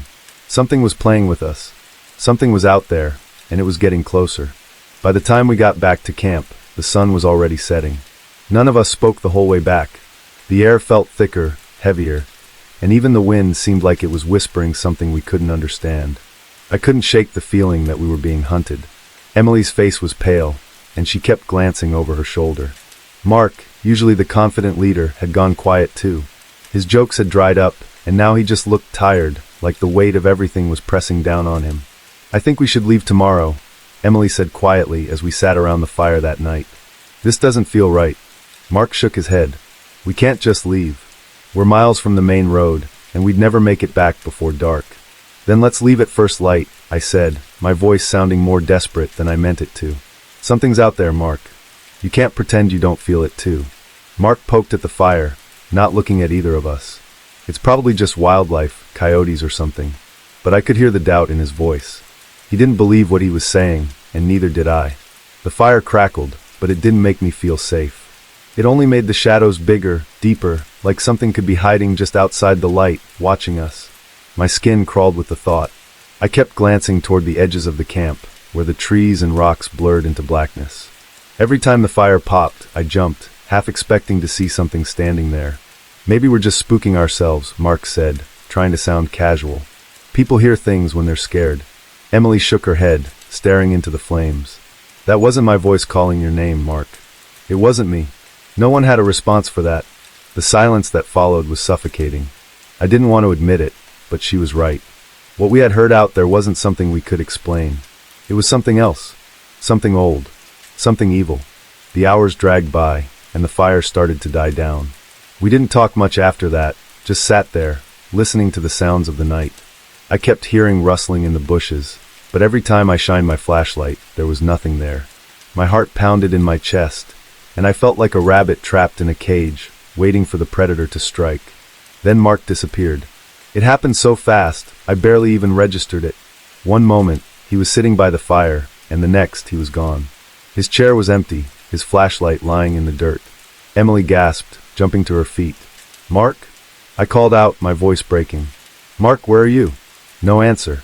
Just the wind and the whispering sounds that seemed to circle around us. "Ryan, we need to find him," Emily said, her voice shaking. We grabbed our flashlights and searched the campsite, but there was no sign of him. Panic surged in my chest. Where could he have gone? There was nowhere to go. Just endless darkness and the feeling of being watched. Then, after what felt like hours, Mark came stumbling back into the light. But something was wrong. His eyes looked glassy, and his movements were slow, stiff, like he wasn't sure how to move his own body. "Mark? What happened?" Emily asked, rushing over to him. He didn't answer right away. He just stared at her with this strange, distant look on his face. "I got lost," he finally muttered. But his voice didn't sound right. It was slower, like it was someone else trying to imitate him. I took a step back, my stomach twisting with fear. Something wasn't right. That wasn't the Mark we knew. We didn't sleep that night. Not after what happened to Mark. Emily and I sat close to the dying fire, our flashlights gripped tightly in our hands. Mark was back, but something was wrong. He hadn't said much after stumbling into camp, just sat there, staring into the darkness. His eyes looked distant, like he wasn't really with us anymore. Every time he spoke, his voice sounded just a little off. Emily leaned in close to me. "Ryan, I don't think that's Mark." Her words sent a chill down my spine, but I couldn't disagree. I had been thinking the same thing ever since he returned. The way he moved, the way he talked, it didn't feel right. But what could we do? If that wasn't Mark, where was he? And what was sitting next to us? "We need to get out of here," I whispered back. "At first light we run, we don't stop." Emily nodded, her face pale with fear. But as the minutes ticked by, the sky still dark and endless, I realized we couldn't wait until morning. The feeling of being watched was growing stronger, the sounds of movement in the bushes creeping closer. Whatever was out there, whatever had taken Mark, was closing in. Suddenly Mark stood up. His movements were slow, stiff, like he was learning how to use his body all over again.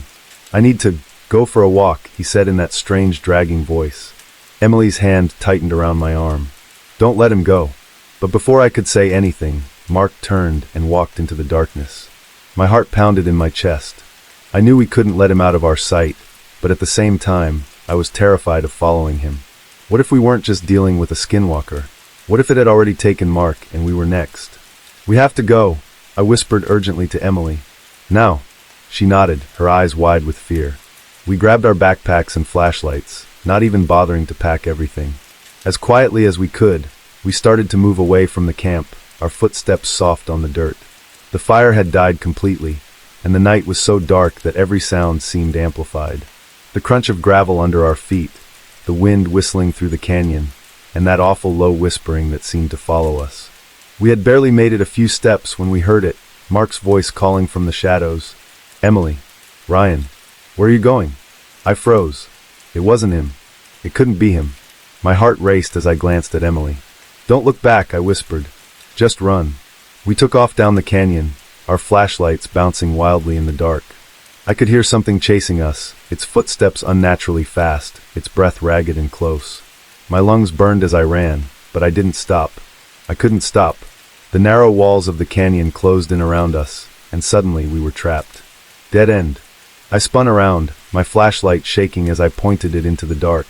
I could hear it, whatever it was, getting closer. "We have to hide," Emily gasped, her voice barely above a whisper. There was a small crevice in the canyon wall, just big enough for us to squeeze into. We shoved ourselves into the crack, holding our breath as we heard the skinwalker, approach. Its footsteps slowed like it knew we were nearby but couldn't see us. For what felt like hours, we stayed hidden, not daring to move or even breathe. Finally, the footsteps faded and the whispers stopped. "We need to move," I whispered. "Now." We crawled out of the crevice and kept moving, slower this time, making our way through the canyon. As dawn's light started to creep over the horizon, we saw it, the road. We had made it. But as we stumbled toward the edge of civilization, something didn't feel right. I glanced at Emily, her face covered in dirt and sweat. And then, I looked at Mark, who was following close behind us, his expression blank. The road wasn't the end. Something had followed us out of the canyon. It all started the day Maya told me about the Path of the Forsaken. I'd never even heard of it before, but I guess that's because I wasn't from around here. I'd only been living with my Aunt Laura for a few months, ever since my dad disappeared.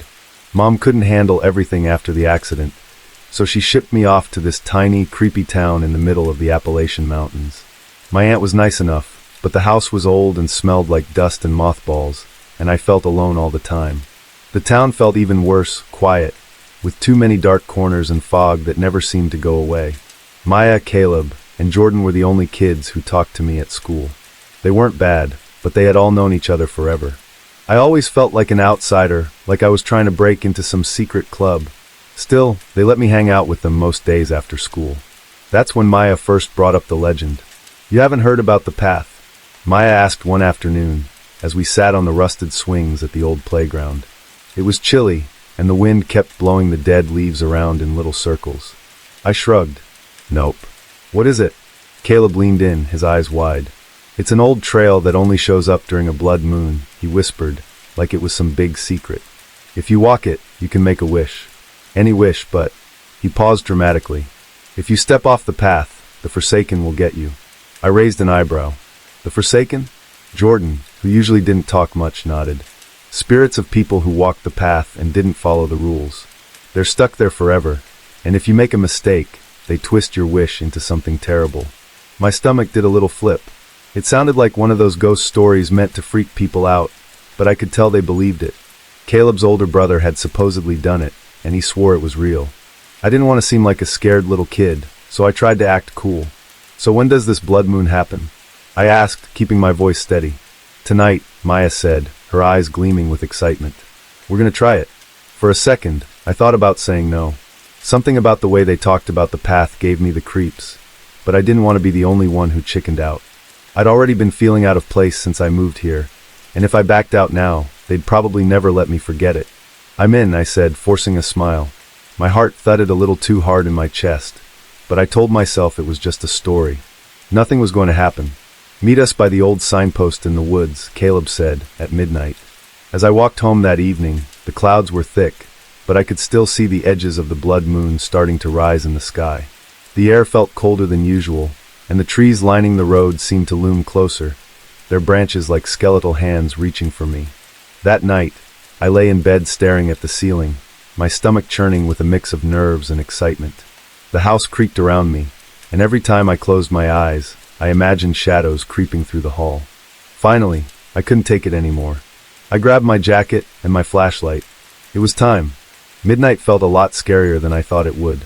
I crept out of my aunt's house as quietly as I could, closing the door behind me without a sound.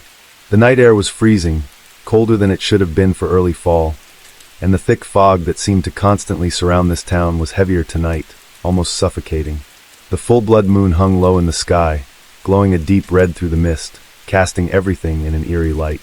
It didn't feel real. It felt like something out of a nightmare. I made my way down the road toward the old signpost in the woods where we were supposed to meet. My flashlight flickered as I walked, and for a second I thought about turning back. But I wasn't about to back out now. I was already this far, and I wasn't going to be the only one too scared to go through with it. When I got there, Maya, Caleb, and Jordan were already waiting for me. Their flashlights cast long, thin beams of light that cut through the fog like knives. Caleb was grinning like he'd just won a prize. "Ready for the path of the Forsaken?" he asked, his voice filled with excitement. I swallowed hard and nodded, not trusting myself to speak. "All right," Maya said, stepping up to the old weathered signpost. It looked ancient, with faded lettering and a wooden arrow pointing into the dark forest. "This is where it starts." Jordan, quiet as ever, pulled out his phone and checked the time. "It's midnight," he said. "We have to do it now." Caleb explained the ritual again, even though we already knew it. "Turn off your flashlights, close your eyes, and think of your wish. If we're worthy, the path will appear." I hesitated, my thumb hovering over the button on my flashlight. My mind raced. Did I really want to do this? But before I could change my mind, the others turned off their lights, plunging us into complete darkness. The fog was so thick, I could barely make out their shapes in the moonlight. "Close your eyes," Caleb whispered. I closed them, even though it made my heart pound harder in my chest. I didn't want to be here. I didn't want to do this. But what choice did I have? I couldn't back out now. In the darkness behind my eyelids, I thought about my dad, how he disappeared on that boat months ago, how no one ever found his body. The ache in my chest grew stronger as I made my wish. I wanted him back. I wanted to see him again, alive and well, like nothing had ever happened. The silence around me was deafening. No one said a word. The air felt heavy, like it was pressing down on me. And then, without warning, the feeling changed. The ground beneath my feet seemed to shift. I opened my eyes, my heart racing. The others were gone. Instead of the old signpost and the familiar woods, there was a path. A narrow, winding trail stretching out in front of me, illuminated by the blood moon's crimson light. The trees were closer now, their branches gnarled and twisted, reaching toward the path like long, bony fingers. I swallowed hard and clicked my flashlight, but it didn't work. I hit it against my hand a few times, but it stayed dead. I looked around, hoping to see Maya, Caleb, or Jordan, but there was no sign of them. It was just me alone. I took a shaky breath, the cold air burning my throat. There was only one way to go, so I started walking. I kept walking, the eerie red light of the blood moon casting strange shadows along the path. Every step I took made the air feel heavier, colder. The trees on either side of the trail seemed to press in closer, their twisted branches reaching toward me like they wanted to pull me off the path. The silence was thick, too thick. I could hear my own breathing, loud and shaky, echoing in the cold night air. Then came the footsteps. At first, I thought it was just my imagination. I stopped to listen, but when I did, the footsteps stopped too. I held my breath, heart pounding in my chest, and waited, silence again. Maybe it was nothing, I told myself, just the wind or something. But when I started walking again, there it was, soft but steady, like someone was walking just behind me. I spun around, shining my flashlight into the dark trees, but there was no one there, only more twisted branches and shadows. I gripped the flashlight tighter, my hands starting to sweat despite the cold. "Hello?" I called out, my voice shaky. No response, just the stillness of the forest around me. I kept walking, but this time faster. The path seemed to stretch on forever, winding through the woods like it was leading me somewhere I didn't want to go. The footsteps were back, closer this time. They followed me no matter how quickly I moved. I could feel something watching me, lurking just beyond the edge of the trees. My throat felt tight, and panic started to claw its way up my spine. After what felt like hours of walking, I saw something up ahead, a flicker of light. I hurried toward it, hoping it was Caleb, Maya, or Jordan. But when I got closer, I realized it wasn't them. It was a small cabin, barely standing, with a weak fire burning in a pit outside. The cabin looked like it had been abandoned for years, the wood rotting and covered in moss. But the fire was new, crackling in the stillness of the night. I hesitated at the edge of the clearing, every instinct telling me to turn around and run. But where would I go? The path behind me seemed darker than ever, and the footsteps. They'd stopped, but I knew whatever had been following me was still out there. Suddenly a voice cut through the silence. "You came to walk the path, didn't you?" I spun toward the fire and saw him, a boy about my age standing next to the fire pit. He was pale, way too pale, and his clothes were old, tattered. His eyes were black, like there was nothing inside him. He smiled, but it didn't reach his eyes. "You want your wish, right?" he asked, his voice low and strange. I made my wish too, but I stepped off the path. I took a step back, my pulse racing. "What do you mean?" He pointed to the trees behind me. "They're waiting for you to make the same mistake. Step off the path, and the Forsaken will get you, just like they got me." Before I could respond, the ground beneath him seemed to open up like a mouth, swallowing him whole. 1 second he was there, and the next he was gone. The fire went out, plunging the clearing into total darkness. My heart pounded in my chest, and I stumbled back, my breath coming in sharp panicked bursts. I turned, staring at the path ahead, my legs trembling. I didn't want to keep going, but I had no choice. So I ran, my legs burning with every step. The darkness around me felt alive, like the trees themselves were shifting, closing in on me. The wind picked up, howling through the twisted branches, and I could swear I heard whispers in the gusts, low menacing voices calling my name. But I didn't stop. I couldn't. The path seemed to stretch on forever, and every second I stayed on it, the pressure in the air grew thicker, heavier. I could hear the footsteps again, no longer soft but pounding now, like something massive was chasing me. It wasn't just one set anymore, it was many. Whatever the Forsaken were, they were close, and I knew if I stopped they would catch me. Suddenly, the path took a sharp turn, leading me down a steep hill. My feet stumbled over the rocks and roots, and I almost fell, but I caught myself just in time. At the bottom of the hill, the trees thinned out, revealing a wide ravine, and in the center of it, a black swirling river. The water looked wrong. It wasn't like any river I'd ever seen. It moved too fast, churning like a whirlpool, and the sound it made wasn't natural. It sounded like something deep and ancient, like a monster roaring beneath the surface. My stomach dropped. The path led straight to the river's edge, but there was no bridge, no way across. I was trapped. I looked back up the hill. The footsteps were getting louder, closer.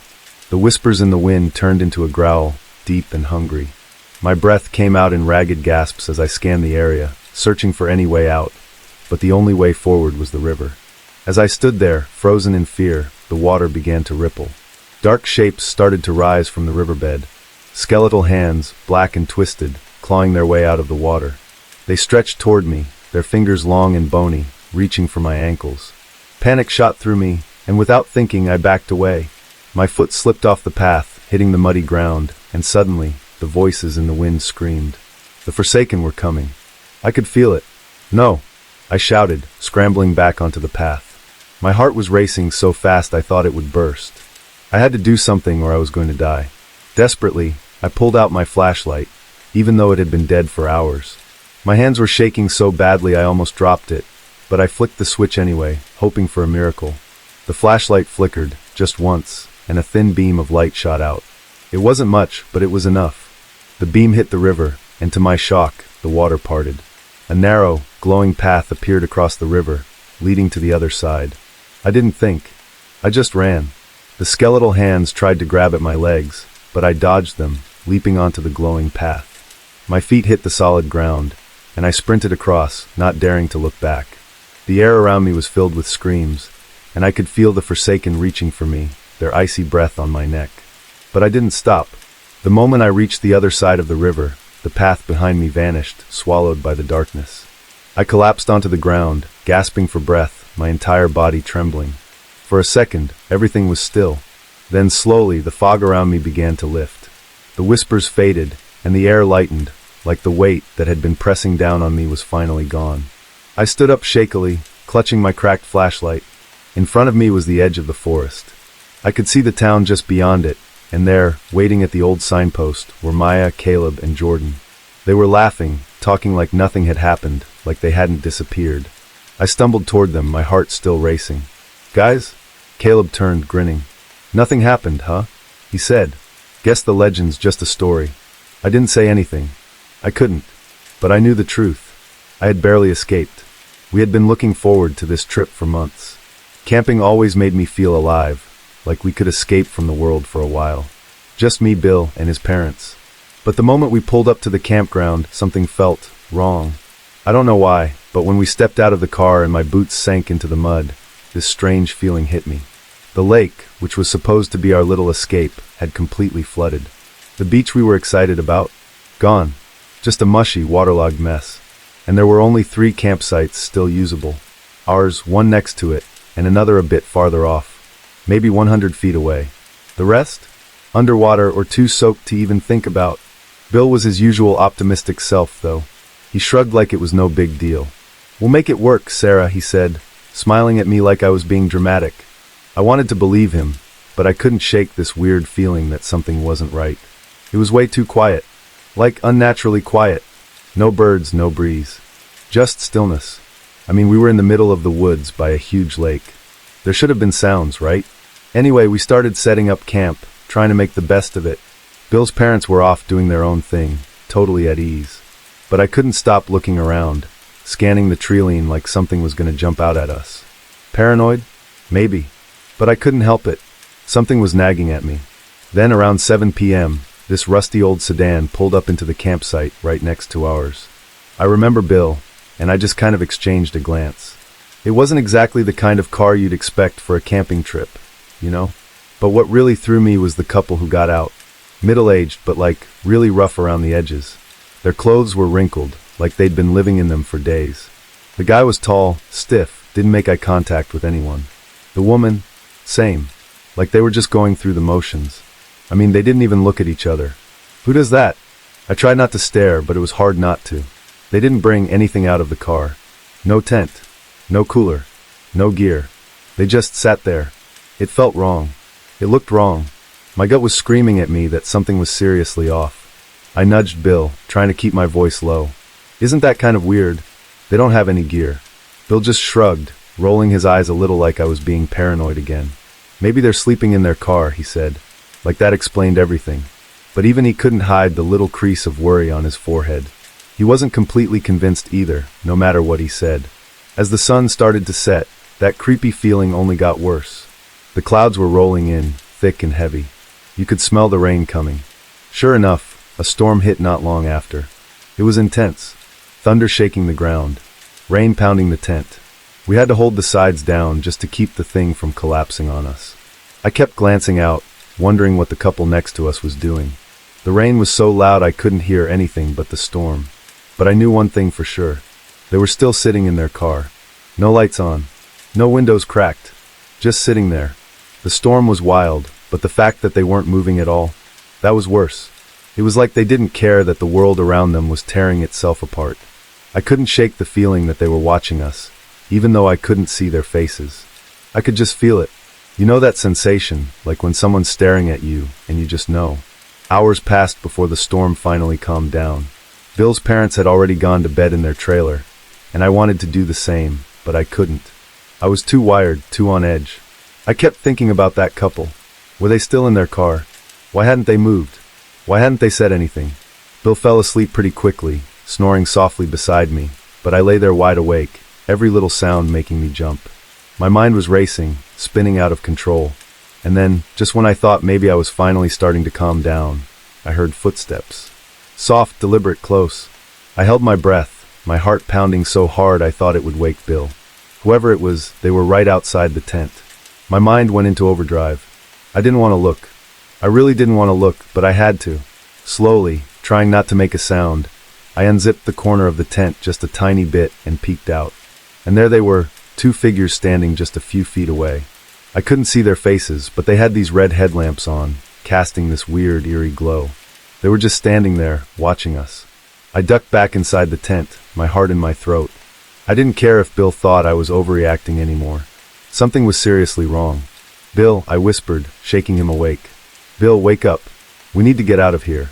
I couldn't sleep. I kept replaying what I saw outside the tent. Those two figures just standing there, wearing those creepy red headlamps, like they were watching us or waiting for something. The way the guy's head tilted, like he was enjoying the fact that I was scared. What the hell were they doing? I tried waking Bill again after that, shaking him harder this time. He groaned, half asleep, clearly not getting it. "Sarah, it's probably nothing," he mumbled, rubbing his eyes. Maybe they were just checking on something, gathering firewood or... I don't know. Gathering firewood? At midnight? During a storm? No way. But Bill just turned over and went right back to sleep, leaving me alone with my racing thoughts. Typical. I stayed perfectly still, just listening, straining my ears for anything. Footsteps, voices, anything that would tell me those weirdos were still out there.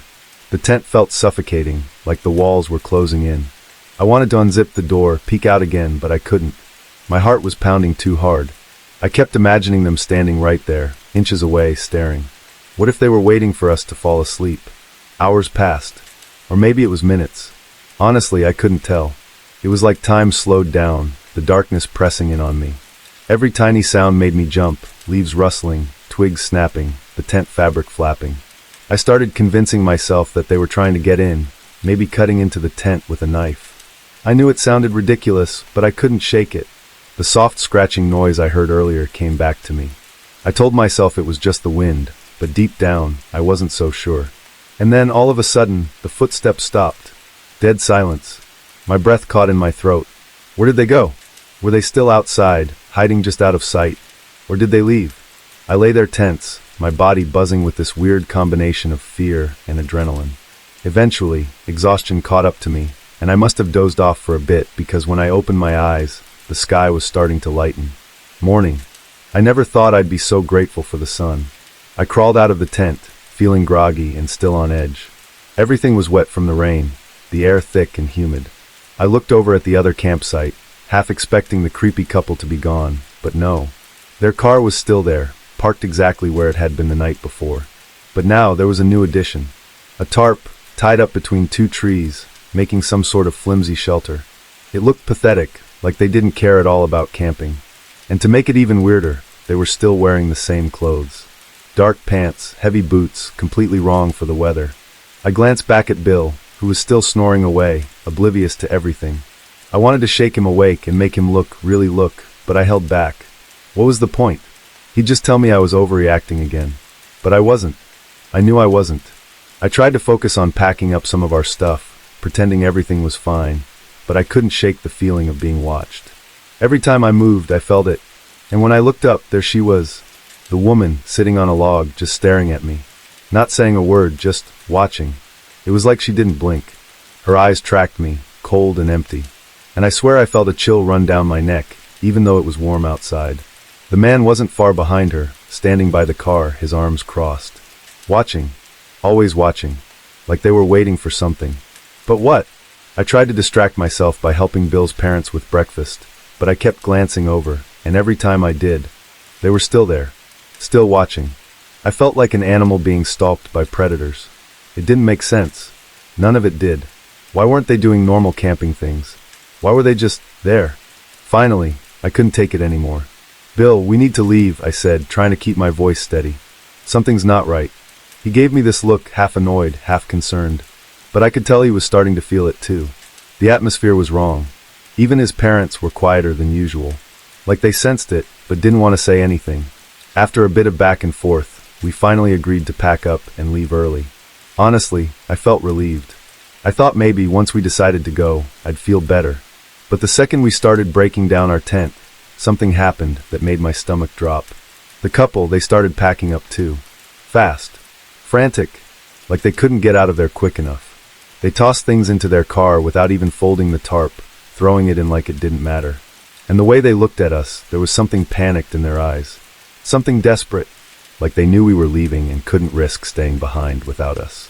That's when I knew this wasn't just me being paranoid. They had been waiting for us to leave, or maybe they were planning to follow us. We threw our stuff into the car as fast as we could.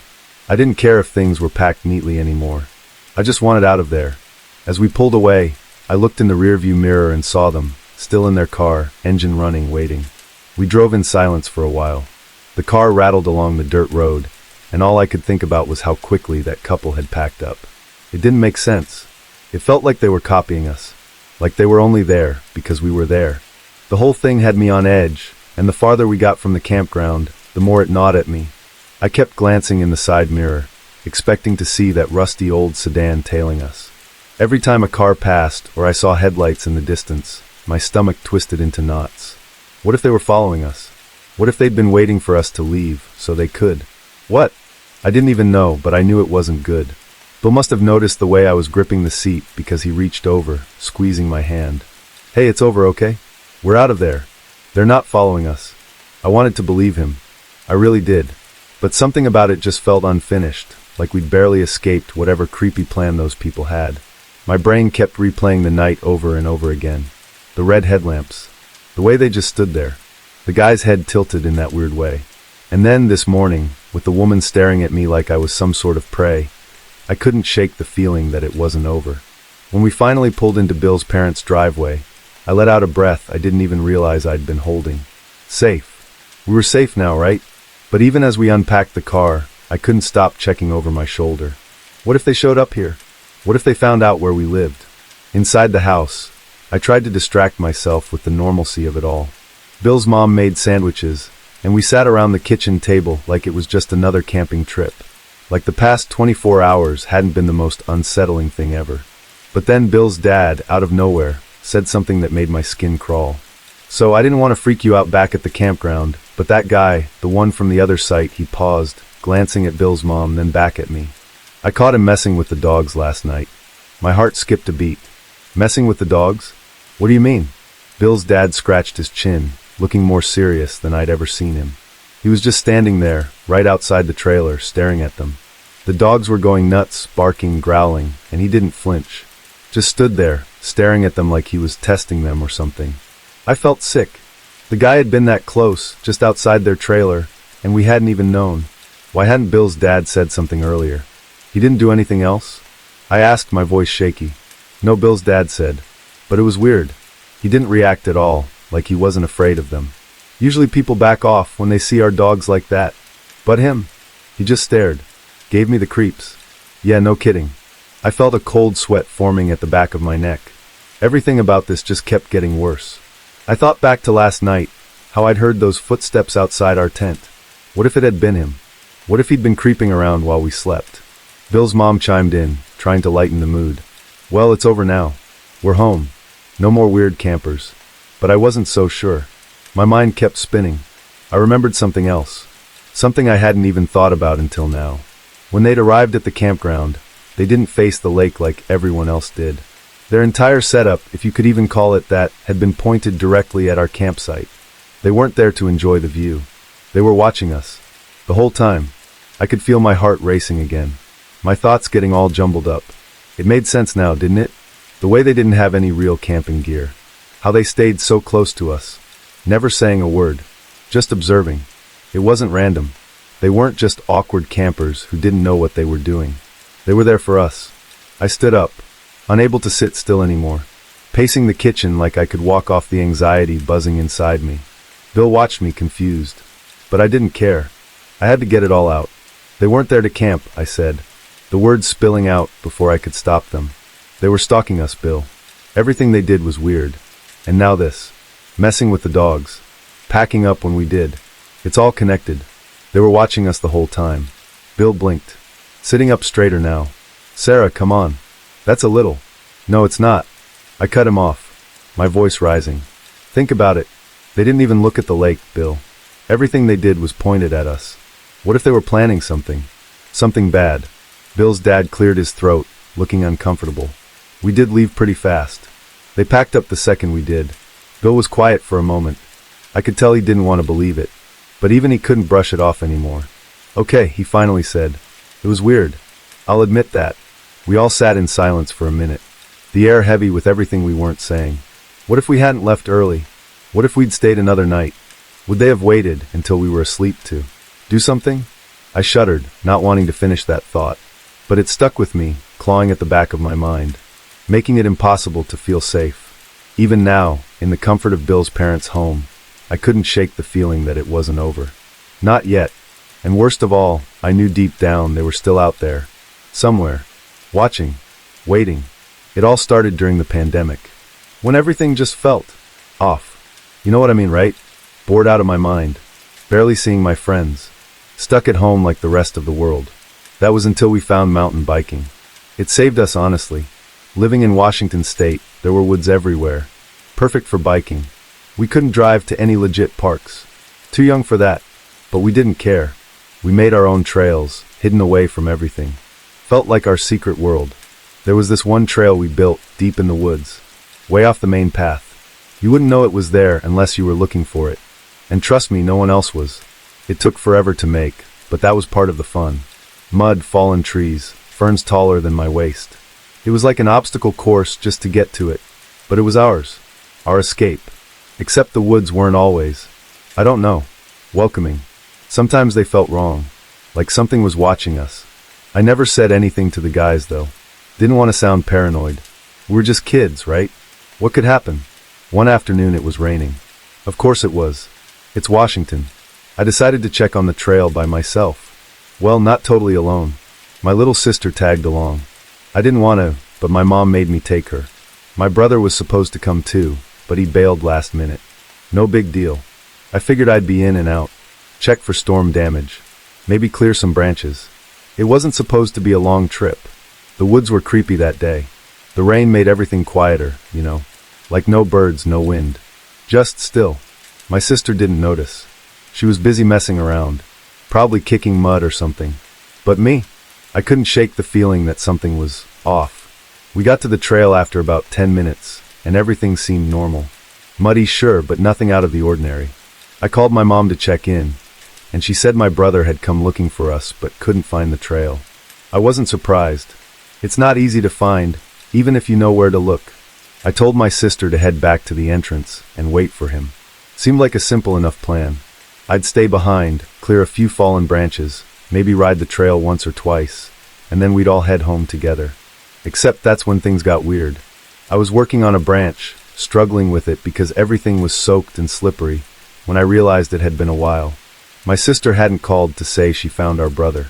I wasn't super worried at first, but I decided to check on her.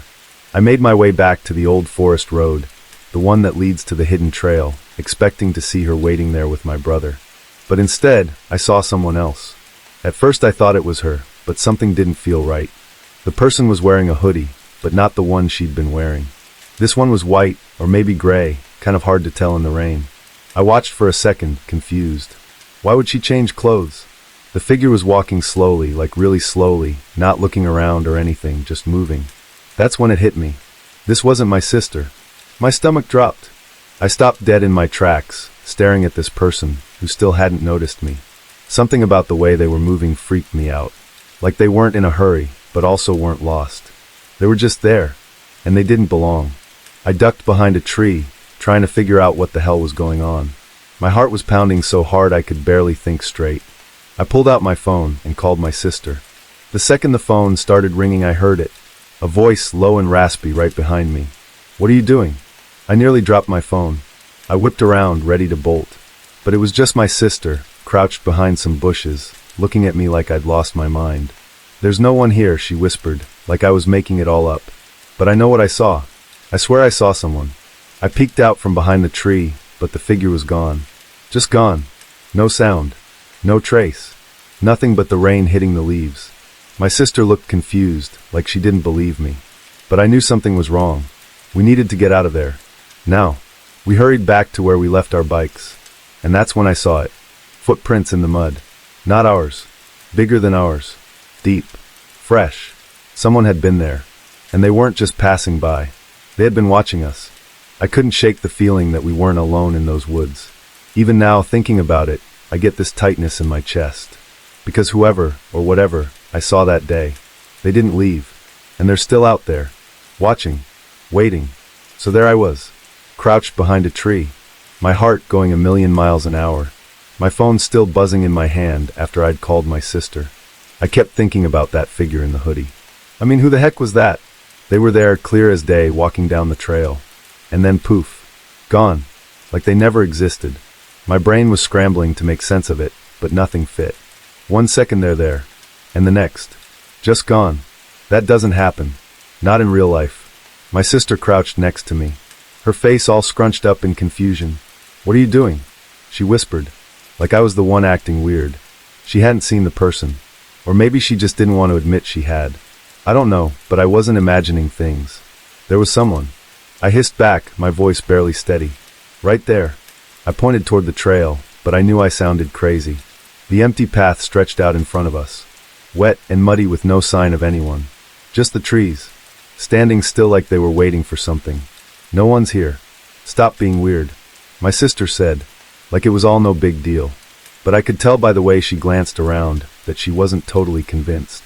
She was trying to act tough, but even she was starting to get that look in her eyes. The one that says this doesn't feel right.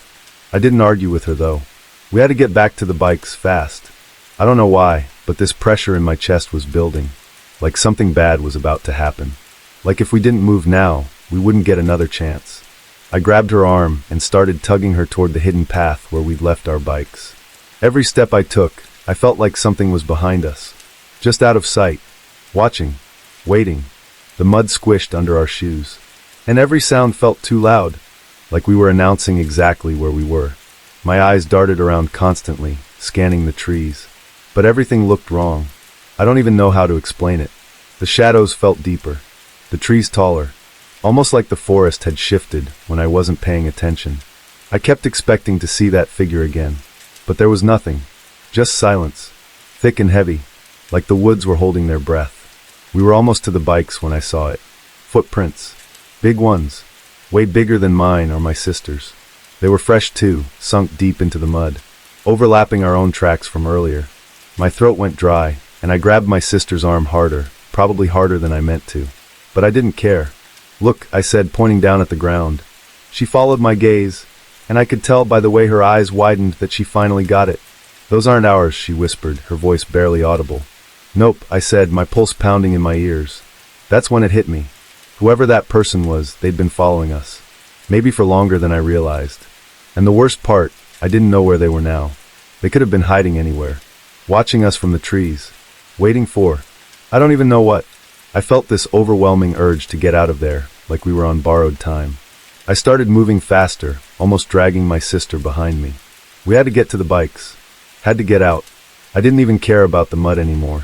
Didn't care if we slipped or fell, as long as we kept moving. My mind was racing with 100 different possibilities, none of them good. What if they took our bikes? What if they were waiting for us there? What if we never made it out of these woods? Finally, after what felt like forever, we reached the spot where we'd hidden the bikes. And thank God they were still there. But something wasn't right. I froze, my breath catching in my throat. Around the bikes the mud was all messed up, like someone had been pacing back and forth. But that wasn't the worst part. On one of the trees nearby, there were smudges. Dark, almost black against the bark. My stomach churned when I realized what it was. Blood. Someone had wiped their hands on the tree, like they'd been hurt. Or worse. I couldn't think. Couldn't breathe. My sister didn't see it at first. But when she did, her face went pale. She didn't say anything, just stared wide-eyed. I didn't want to know whose blood that was, or why it was there. "We need to go," I muttered, my voice barely working. I could feel my hands shaking as I grabbed my bike. I was trying to act calm for my sister's sake. But inside, I was freaking out. Everything in me was screaming run. But I couldn't even think straight. We jumped on our bikes and started pedaling. Mud sprang everywhere as our tires spun out. I didn't care. I just needed to get out of those woods. My heart was pounding, my eyes darting back and forth, waiting for something. Someone to jump out from behind the trees. I kept looking over my shoulder, expecting to see that figure in the white hoodie. But the path behind us stayed empty. Except, it didn't feel empty. It felt like something was still there, just out of sight, watching us leave. And I knew deep down that we'd only just escaped. For now. But whoever or whatever had been there, they weren't done with us. I don't think I've ever pedaled so fast in my life. The wheels kept slipping in the mud, but I didn't care. I just kept pushing harder, like if I slowed down for even a second, something would catch up with us. I didn't want to look back. I couldn't. But the feeling, it was still there. That gut-wrenching sense that we weren't alone in those woods. That something was following us, just out of sight. Every time a branch snapped or the wind rustled the trees, my heart nearly jumped out of my chest. My sister was right behind me, quiet for once, which freaked me out even more. She's never quiet, but I think she felt it too. That pressure, like the woods were closing in on us. Like we were being watched. We finally reached the wooden bridge that leads back to the neighborhood, and for a split second I thought we were safe. But as soon as we got closer, my stomach dropped. There, clear as day, were footprints. Fresh ones, right in the mud, leading across the bridge. Big ones, way bigger than ours. And they didn't belong to anyone we knew. I slammed on the brakes, skidding to a stop just before the bridge. My sister nearly crashed into me, but I didn't even care. My eyes were glued to the footprints. "What? What the heck?" My sister mumbled, her voice shaking a little. She was staring at them too, her face pale. They started on our side of the bridge, like someone had been standing right where we were now, watching us. Then they went halfway across the bridge and just stopped. No more prints, no sign of whoever made them. Like they had disappeared into thin air. How is that possible?" I whispered. But I wasn't really asking her. I was asking the woods, the universe. Whatever was out there watching us, messing with us. Because this wasn't normal. People don't just vanish like that. I scanned the trees on the other side of the bridge, half expecting to see someone standing there. But there was nothing. Just the empty trail, leading deeper into the forest. Everything was still, too still. Like the whole world was holding its breath, waiting. "We need to go," my sister said, her voice barely a whisper. She was already climbing back on her bike, her eyes darting from the bridge to the trees, then back to me. Now, she didn't have to tell me twice. I hopped back on my bike, but my hands were shaking so bad, I almost dropped it. We rode across the bridge as fast as we could, mud splattering everywhere. The whole time I kept thinking about those footprints. Who made them? Where did they go? And why were they there in the first place? Once we crossed the bridge, I thought we'd feel better. But that tight, paranoid feeling wouldn't go away. My heart was still pounding, and every sound made me jump. The way back to the neighborhood was only a few minutes, but it felt like forever. I couldn't shake the feeling that someone or something was still following us, hiding in the trees, waiting for us to let our guard down. Every now and then I'd glance back, expecting to see that person in the white hoodie standing in the middle of the trail, just watching. But no one was there. It didn't matter. I felt them. I couldn't see them, but I knew they were there. Finally we broke through the tree line and hit the edge of our neighborhood. I should have felt relieved, But instead, I felt off. Like we hadn't really escaped. Like we'd brought something back with us. The street was quiet, too quiet for this time of day. No kids playing, no cars driving by, just silence. The only sound was our bikes, tires crunching on the gravel as we slowed to a stop in front of my house. My sister jumped off her bike and ran inside without saying a word. She didn't even look back at me. I stood there for a second, catching my breath, trying to shake the feeling of eyes on me, but it wouldn't go away.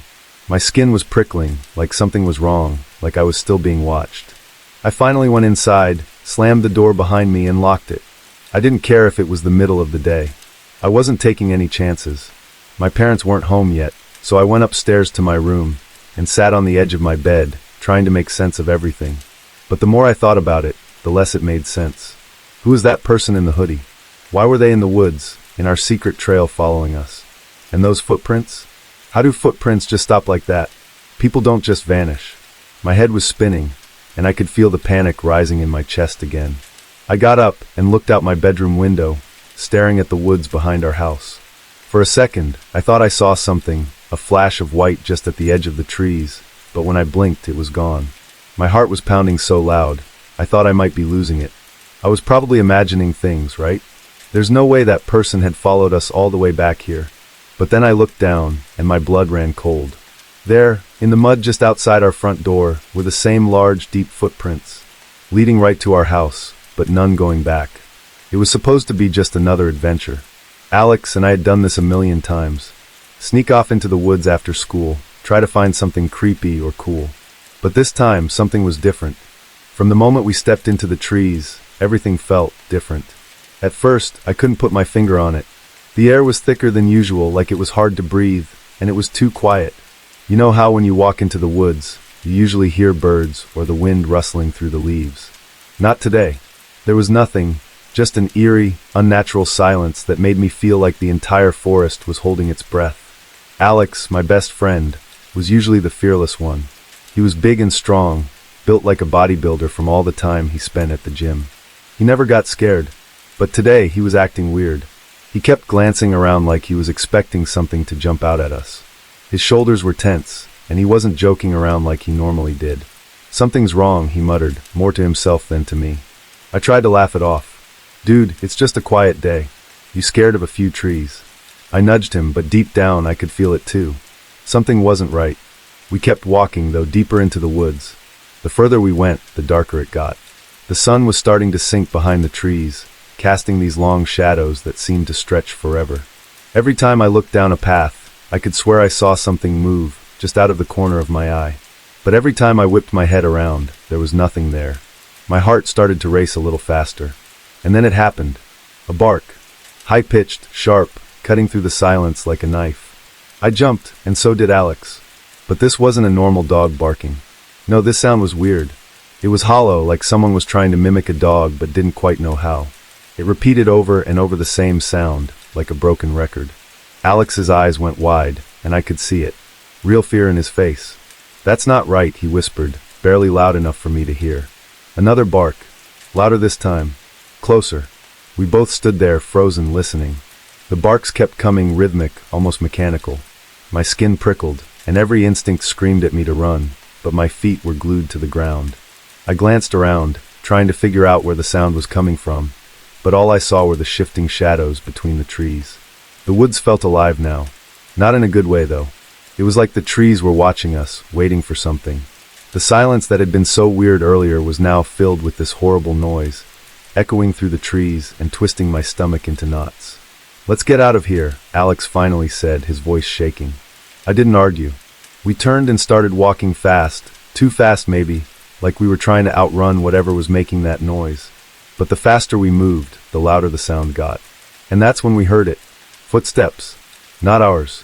Something else was moving through the forest with us, just out of sight. The snapping of twigs and crunching of leaves followed us, matching our pace. My heart was pounding so hard I thought it might burst out of my chest. "Run," Alex shouted, and I didn't need to be told twice. We bolted, sprinting through the trees, branches whipping against my face and legs. The footsteps behind us sped up, too, and I swear I could feel someone right on my heels. The feeling of being watched morphed into the terrifying realization that we were being hunted. I risked a glance back and saw nothing. But I knew. I could feel it. Whatever was out there was just inches away. I could hear it breathing, this horrible, raspy sound like it was right on my neck. Every step I took, it took two, closing the distance. Faster, Alex yelled, but I couldn't. My legs felt like they were going to give out.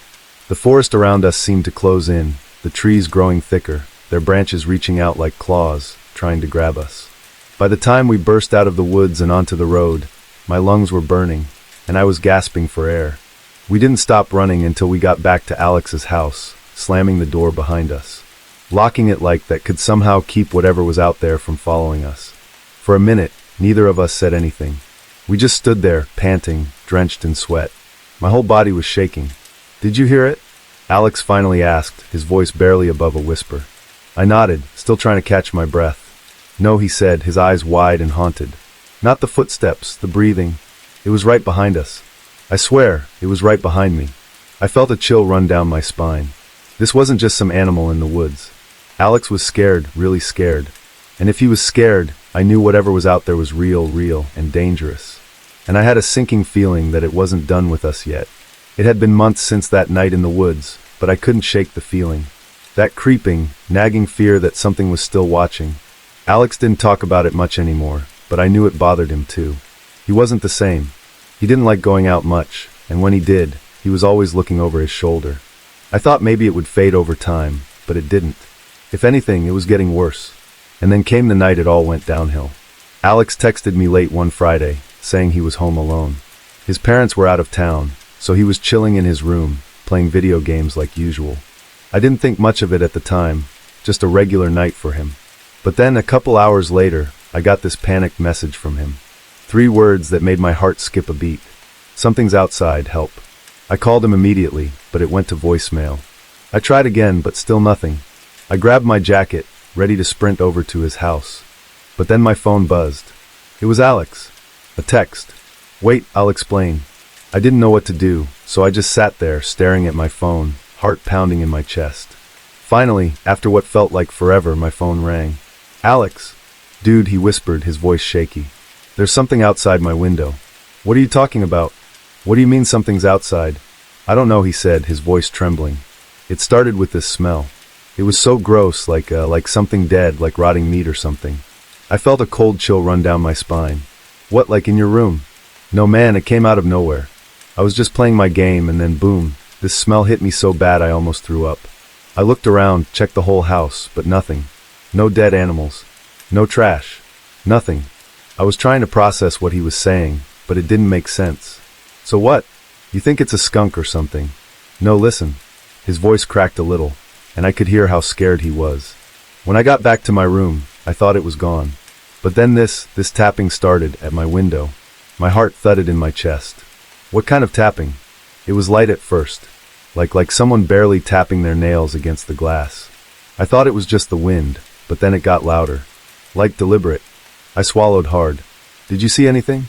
"No, not at first. It was dark, but then I saw it." My stomach dropped. "Saw what?" "The thing." His voice was so low now I had to strain to hear. It was standing outside my window. I didn't see its face at first. Just this shape. Like a shadow. But when I looked closer, he stopped like he couldn't find the words. "What did you see, Alex?" I whispered, my skin crawling with fear. It was a person. Or something shaped like a person. But its face was all wrong. Pale. Like too pale.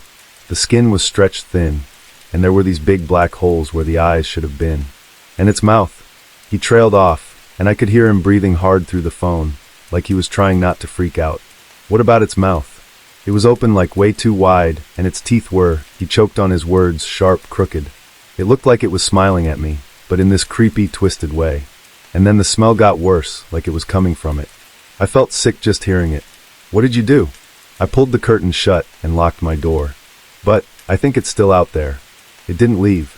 I jumped to my feet, already grabbing my keys. "I'm coming over. I'll be there in 5 minutes." "No," Alex said, suddenly urgent. "You can't. I don't think it wants you. It's here for me." "What are you talking about?" "I don't know," he practically shouted. "But ever since that day in the woods, I feel like it's been following me. Like it's watching me. I can't sleep anymore without hearing it or seeing something move outside my window. And now it's here. I didn't know what to say. Alex was losing it, and I didn't blame him. Everything he described made my skin crawl, and I couldn't imagine how terrifying it must have been to see that face up close. You don't think?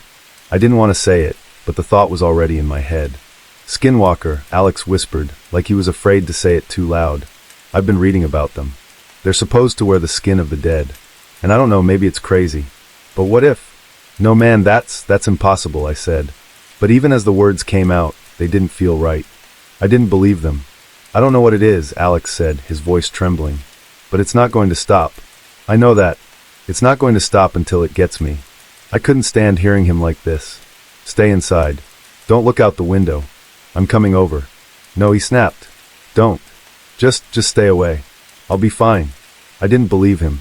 I could hear the fear in his voice, and I knew whatever was out there wasn't going to just go away. But before I could say anything else, he hung up.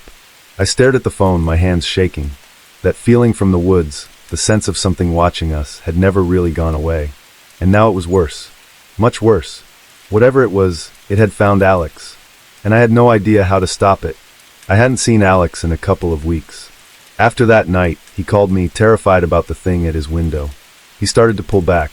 He stopped coming to school as much, didn't answer my texts or calls, and I was starting to get seriously worried. I mean, Alex was never the type to freak out about stuff. But whatever happened that night, it changed him, and not in a good way. I couldn't get that call out of my head. The way his voice shook when he described that thing outside his window. It didn't feel like just a bad dream or some weird animal. I could hear the fear, and honestly, it made my skin crawl just thinking about it.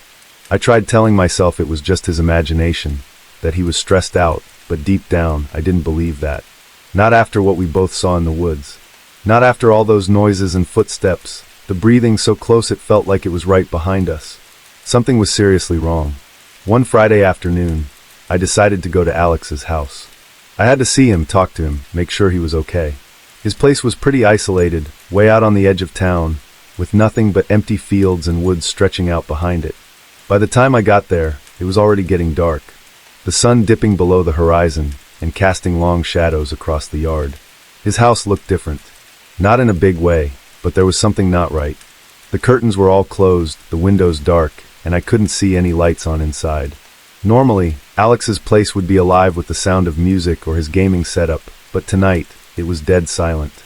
I knocked on the door. Nothing. I knocked again, harder this time. Alex? Dude, it's me. I called out, my voice sounding too loud in the stillness. Still nothing. No movement. No sound. My stomach twisted into knots. Something was wrong. I could feel it. After a few minutes of standing there, debating whether to just leave, I heard something from inside.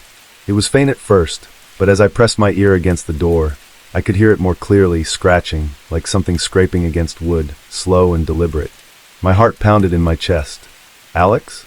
I called again, but this time I didn't expect an answer. I tried the door handle, and to my surprise, it turned. The door creaked open, revealing the dark, empty hallway beyond. I stepped inside, every instinct screaming at me to leave, but I couldn't. Not without making sure Alex was okay.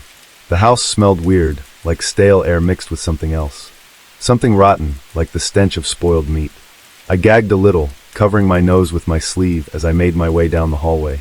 The scratching sound continued, coming from upstairs. I called out again, my voice shaky. Alex? Where are you, man? No answer. Just that scratching, slow and steady, like it was waiting for me. I crept up the stairs, each step creaking under my weight. The higher I climbed, the stronger the smell got, thick and putrid. By the time I reached the top, it was so bad I had to stop and catch my breath. That's when I heard it. Whispers. I froze. The whispers were soft, barely there, but they were coming from behind Alex's bedroom door. I couldn't make out what they were saying, but the tone. It was wrong. Creepy. Like a voice trying to imitate speech, but not quite getting it right. I pushed the door open, the hinges groaning as I did. There, sitting in the dark corner of the room, was Alex. His back was to me, and he was hunched over, his shoulders tense. The scratching was louder now, and I realized it was coming from him. He was dragging his nails along the wall, over and over again, like he couldn't stop. Alex? I whispered, taking a step forward. He didn't respond, didn't even flinch. I walked closer, my heart hammering in my chest. Dude, what's going on? Are you okay? Finally, he stopped. The room fell into an eerie silence, except for the sound of my own shaky breathing. Alex slowly turned his head, and when I saw his face, my stomach dropped. He looked wrong. His eyes were wide, bloodshot, like he hadn't slept in days. His skin was pale, almost sickly, and there were dark circles under his eyes. But it wasn't just that. It was the way he looked at me, like he didn't recognize me, like he wasn't even him anymore. "It's here," he whispered, his voice barely audible. "It's been here the whole time." My blood ran cold. "What's here?" Alex blinked, and for a second I thought I saw something move in the shadows behind him. My breath caught in my throat, and I took a step back, my heart racing. "The thing from the woods," he said, his voice trembling. "It followed me home. It's been watching me, waiting. And now it's inside." I felt a wave of panic rise in my chest. "We need to get out of here. Now." Alex shook his head, his expression empty. "It's too late. It's already taken me." I stumbled back, my mind racing. The room felt smaller, like the walls were closing in. I could feel it, the same presence we felt in the woods. The same eyes watching from the dark, waiting, lurking. I didn't know what to do, but I knew one thing for sure. Whatever this thing was, it wasn't going to stop. And I was next. It was supposed to be just another hunting trip. Nothing special, nothing out of the ordinary. Just me and my brother out in the woods, freezing our asses off in the middle of nowhere. Southeast Minnesota, dead of winter. You could hear the crunch of snow under every step. The air so cold it stung when you breathed it in. I hate winter. But there we were, thinking we'd bag a deer and be back home before the worst of the storm hit. We'd been out there for hours, mostly just trudging around, not seeing anything worth shooting. Then out of nowhere, this huge buck crosses our path. I'm talking massive, antlers like something out of a wildlife magazine. My brother spots it first and takes the shot. It drops. No problem. Easy. We don't want to drag it back through the snow without a sled. So we figure we'll just leave it there, go back to the cabin, grab the sled, and haul it out. No big deal, right? We were only about a mile away from the cabin, so it didn't seem like a huge hassle. We marked the spot, even though it was pretty obvious where the deer was. There was blood in the snow, and that buck wasn't going anywhere. At least, that's what we thought. When we get back, maybe 30 minutes later, the deer is gone. Just gone. At first, I thought we'd gotten turned around. Like maybe we were just a little off, and the deer was still close by. But we were looking in the wrong spot. But no, there was the same patch of blood in the snow. Only now there was no deer. No tracks either. No drag marks. No paw prints. Nothing. My brother's cursing under his breath. And I'm just standing there, staring at this weird, clean patch of snow, trying to make sense of it. How does a full-grown buck just disappear? The snow's fresh. We should have seen something. Tracks. A trail. Anything. But there was nothing. Like the damn thing had just lifted off the ground and floated away. So we start searching. I mean, what else were we supposed to do? We comb the area, going farther out, figuring maybe a coyote or something dragged it away. But the more we look, the worse it gets. After a few minutes, we find it, or what's left of it. It's not even 100 yards from where we left it, but it's all torn up, like torn to shreds. Its legs are missing, like they've been hacked off or something. But not messy, clean, almost surgical. I'm not kidding. It looked like someone took a saw to this thing, which makes no sense at all. There's no blood around it. No tracks. Just this deer, all mutilated and wrong, lying there in the snow like some kind of sick joke. And then there's this leg. One of its legs is just sitting on this big rock nearby, like it was placed there. Not tossed. Not dropped. Placed. I'm standing there, staring at this leg on the rock. And I swear to God, my stomach turned. It's like the whole forest got darker all of a sudden. I know that sounds stupid, but it's true. The sun wasn't even setting yet. But everything felt wrong. Like the shadows around us were closing in. My brother's talking, but I barely hear him. My mind's racing.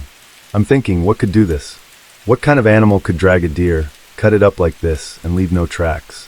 Nothing about it made sense. The Department of Natural Resources had been warning people about wolves coming down from the north. But this?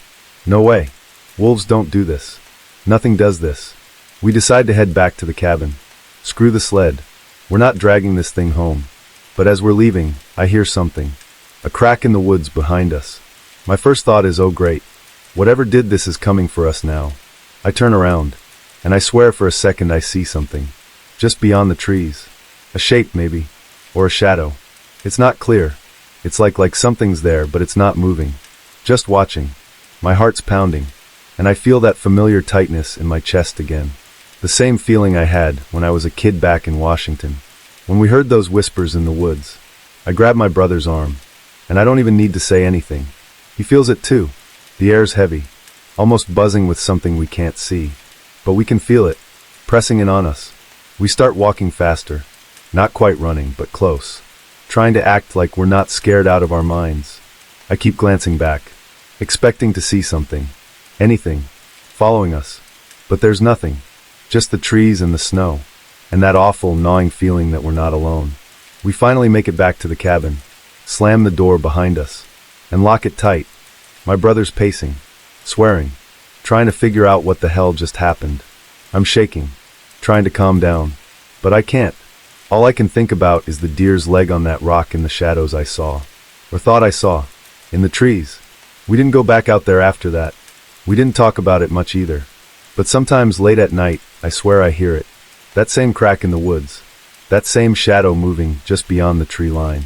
It was one of those winter nights where the cold sinks into your bones. You know the kind, where no amount of blankets or layers can keep the chill out. I was staying at my uncle's cabin, way out in the middle of nowhere.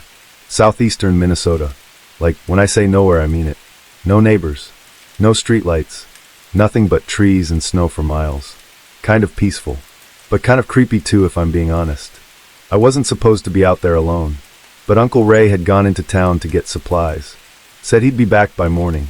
Told me to enjoy the quiet, like that was some kind of gift. Sure, I thought. I'll sit out here in the freezing cold in the middle of the woods and enjoy the dead silence. Great idea. It was around 10 p.m. and the sky was clear. Stars everywhere. I was sitting on the porch, trying to relax, but something just felt off, like I couldn't shake the feeling that I was being watched. Stupid, right?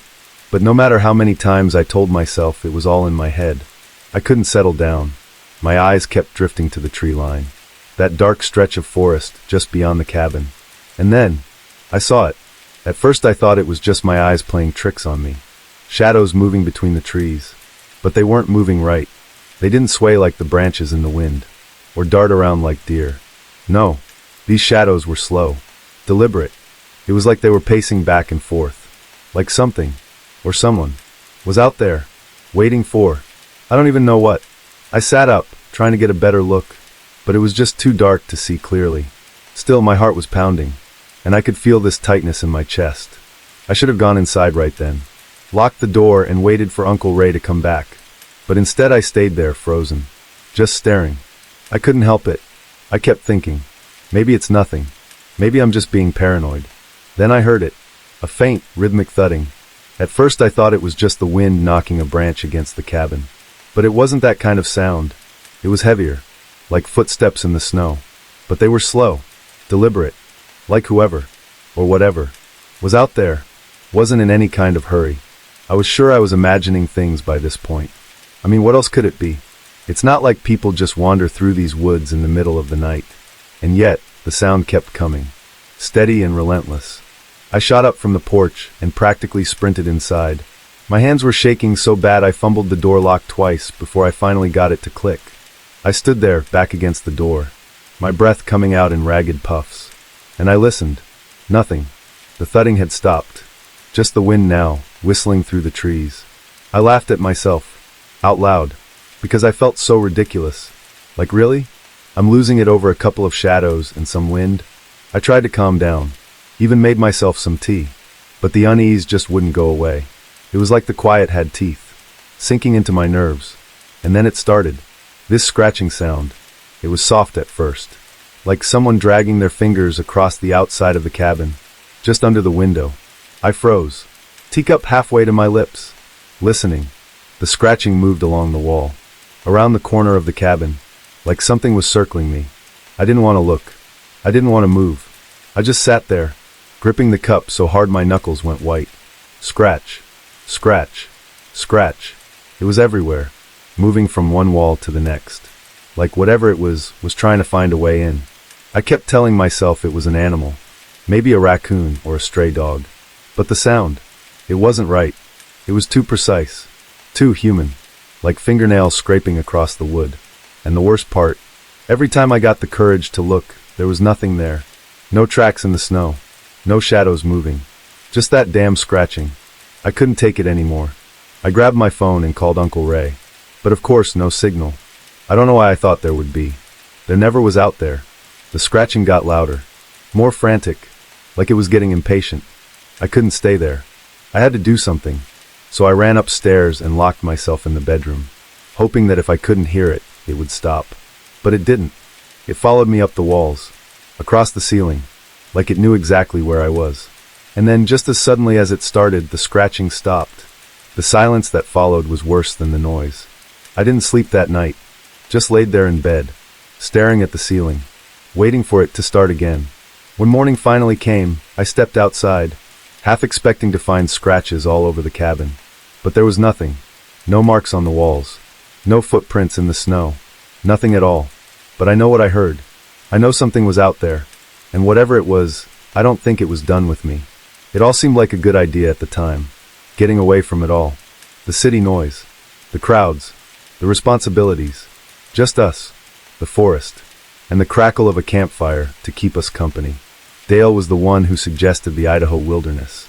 He said he knew a spot way off the beaten path. A place no one else would think to go. Honestly, it sounded perfect. A bit too perfect, maybe. But at that moment, I wasn't thinking about anything but getting away. The road wound on for miles. Nothing but a narrow ribbon of dirt cutting through the thick woods. Pine trees stretched up so high, you could barely see the sky, their branches arching overhead to block out what little sun managed to filter through. The deeper we went, the quieter it got. No birds. No wind. Just the low hum of the truck's engine and the crunch of gravel under the tires. It wasn't exactly the postcard picture of tranquility I'd imagined, but there was something about it that drew me in, like stepping into another world. Tom leaned forward from the back seat, staring out the window. "Think we're gonna find Bigfoot out here? Or what?" he asked with a grin. Dale just laughed, his hands steady on the wheel. "More like we'll find out how fast we can run if we do," he said, his eyes focused on the road ahead. I tried to laugh too, but it came out more like a cough. I don't know why I felt uneasy already. Maybe it was the fact that my phone lost service an hour back. Or maybe it was just the way the trees seemed to press in on us, like they were closing off any way out. Whatever it was, I kept it to myself. We finally made it to the clearing by late afternoon, a small patch of open ground next to a calm lake. The water was so still it looked like glass, reflecting the treetops perfectly, like a portal to another world beneath the surface. We all got out, stretched our legs, and set to work unpacking. Dale and Tom started on the tents while Emily and Sarah gathered firewood. I took a walk around the edge of the clearing, just trying to shake off the feeling that had settled in my chest. There wasn't much to see, just trees, more trees, and a few deer tracks leading down to the water. I watched the lake for a while, feeling the quiet settle over me. It wasn't peaceful quiet, though. It was the kind that makes your skin crawl, like you're being watched, but you can't quite tell from where. "You all right, Matt?" Sarah called from behind me, her arms full of branches. I turned and forced a smile. "Yeah, just taking it all in," I said. And she nodded, though her eyes stayed on me a little longer than I liked. That night, we sat around the fire, flames flickering against the darkness that pressed in from all sides. Dale told stories, mostly the kind meant to make us laugh.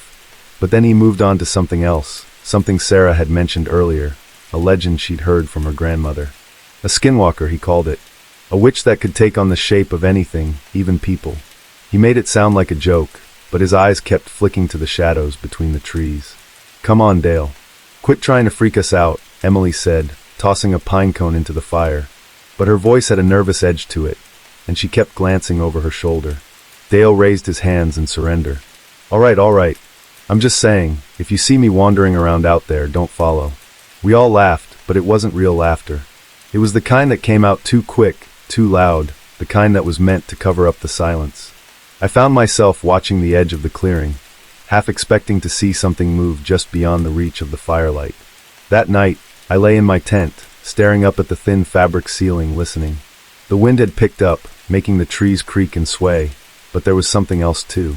A rustling just outside. I held my breath, trying to convince myself it was just an animal, maybe a deer or a raccoon. But the sound was slow, deliberate, moving closer until it was right beside my tent. My heart pounded, and I forced myself to look. Slowly, I unzipped the flap, just enough to see out. Nothing, just darkness and the faint glow of the dying campfire. I let out a breath, feeling foolish, and zipped the tent back up. But even after I closed my eyes, I couldn't shake the feeling that something had been there watching. Morning came too soon, the light pale and cold as it filtered through the trees. Dale was already up, poking at the fire. He looked over at me and gave a nod. "Sleep all right?" he asked, but I could see the same unease in his eyes that I felt in my chest. Yeah, I lied like a baby. We both knew it wasn't true, but neither of us said anything more. The morning started off uneasy. You ever have one of those moments where you wake up, and it feels like the world has shifted just a little while you slept? Like something's out of place, but you can't put your finger on it. That's exactly how I felt as I crawled out of the tent, the cool morning air wrapping around me. Dale was already by the fire, coaxing what was left of the coals into a weak flame. He gave me a nod and a half smile, but it didn't reach his eyes. "Coffee?" he asked, holding up the pot. "Sure, I could use some," I said, rubbing at my eyes. The unease from last night hadn't gone away. Not entirely. It just kind of sat there, under the surface, like a splinter you can't quite get to. Emily and Tom were still in their tents, but Sarah was wandering near the edge of the clearing, staring up at the trees. She had that look, like she was searching for something, but wasn't sure what she'd find. I wandered over, coffee in hand, and stood beside her. "You all right?" I asked. She didn't answer right away, just kept looking at the trees, her eyes following something invisible. "Do you see those?" she finally said, pointing at a nearby trunk. I squinted and stepped closer. There were marks in the bark. Deep, jagged lines, almost like letters, but nothing I recognized. The cuts looked fresh, the wood beneath still bright and raw. "Probably just kids messing around," I said. But even as I said it, I knew that didn't make sense. We were miles from anywhere, way off any trail, and the marks didn't look random. They felt deliberate, like someone had put real thought into them. Sarah frowned, her fingers tracing the edges of the marks without touching them. "My grandma used to talk about stuff like this," she said, her voice low. "She'd say these kinds of symbols are a warning." I tried to brush it off with a smile. "Well, that's comforting." She looked at me, her eyes serious. "I'm not joking, Matt. I don't like this." I didn't either, but I didn't want to admit it. "Let's just keep an eye out, okay?" I said, trying to sound confident. "I'm sure it's nothing." The rest of the morning passed slowly. The others eventually woke up, and we decided to go for a hike.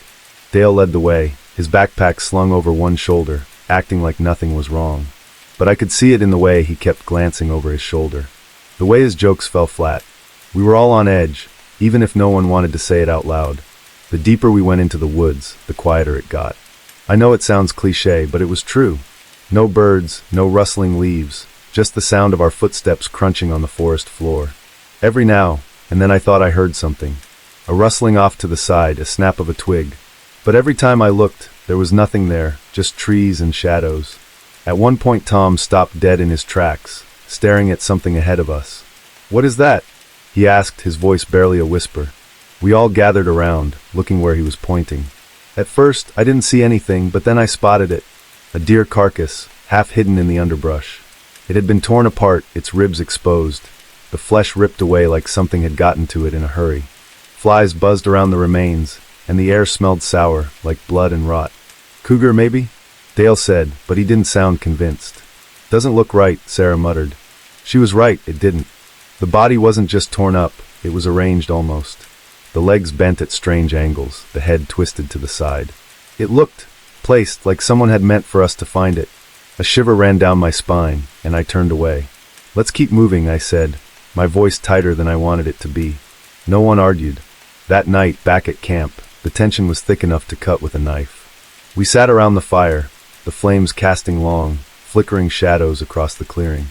No one was in the mood for ghost stories. Even Dale was quiet, staring into the fire like he was trying to find answers there.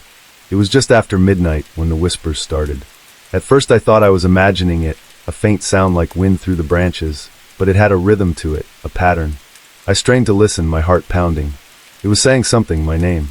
I swear I heard my name, whispered from somewhere out there in the dark. "Did you hear that?"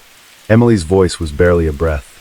She was sitting across from me, her eyes wide, her face pale in the firelight. I nodded, my mouth dry. "Yeah, I heard it."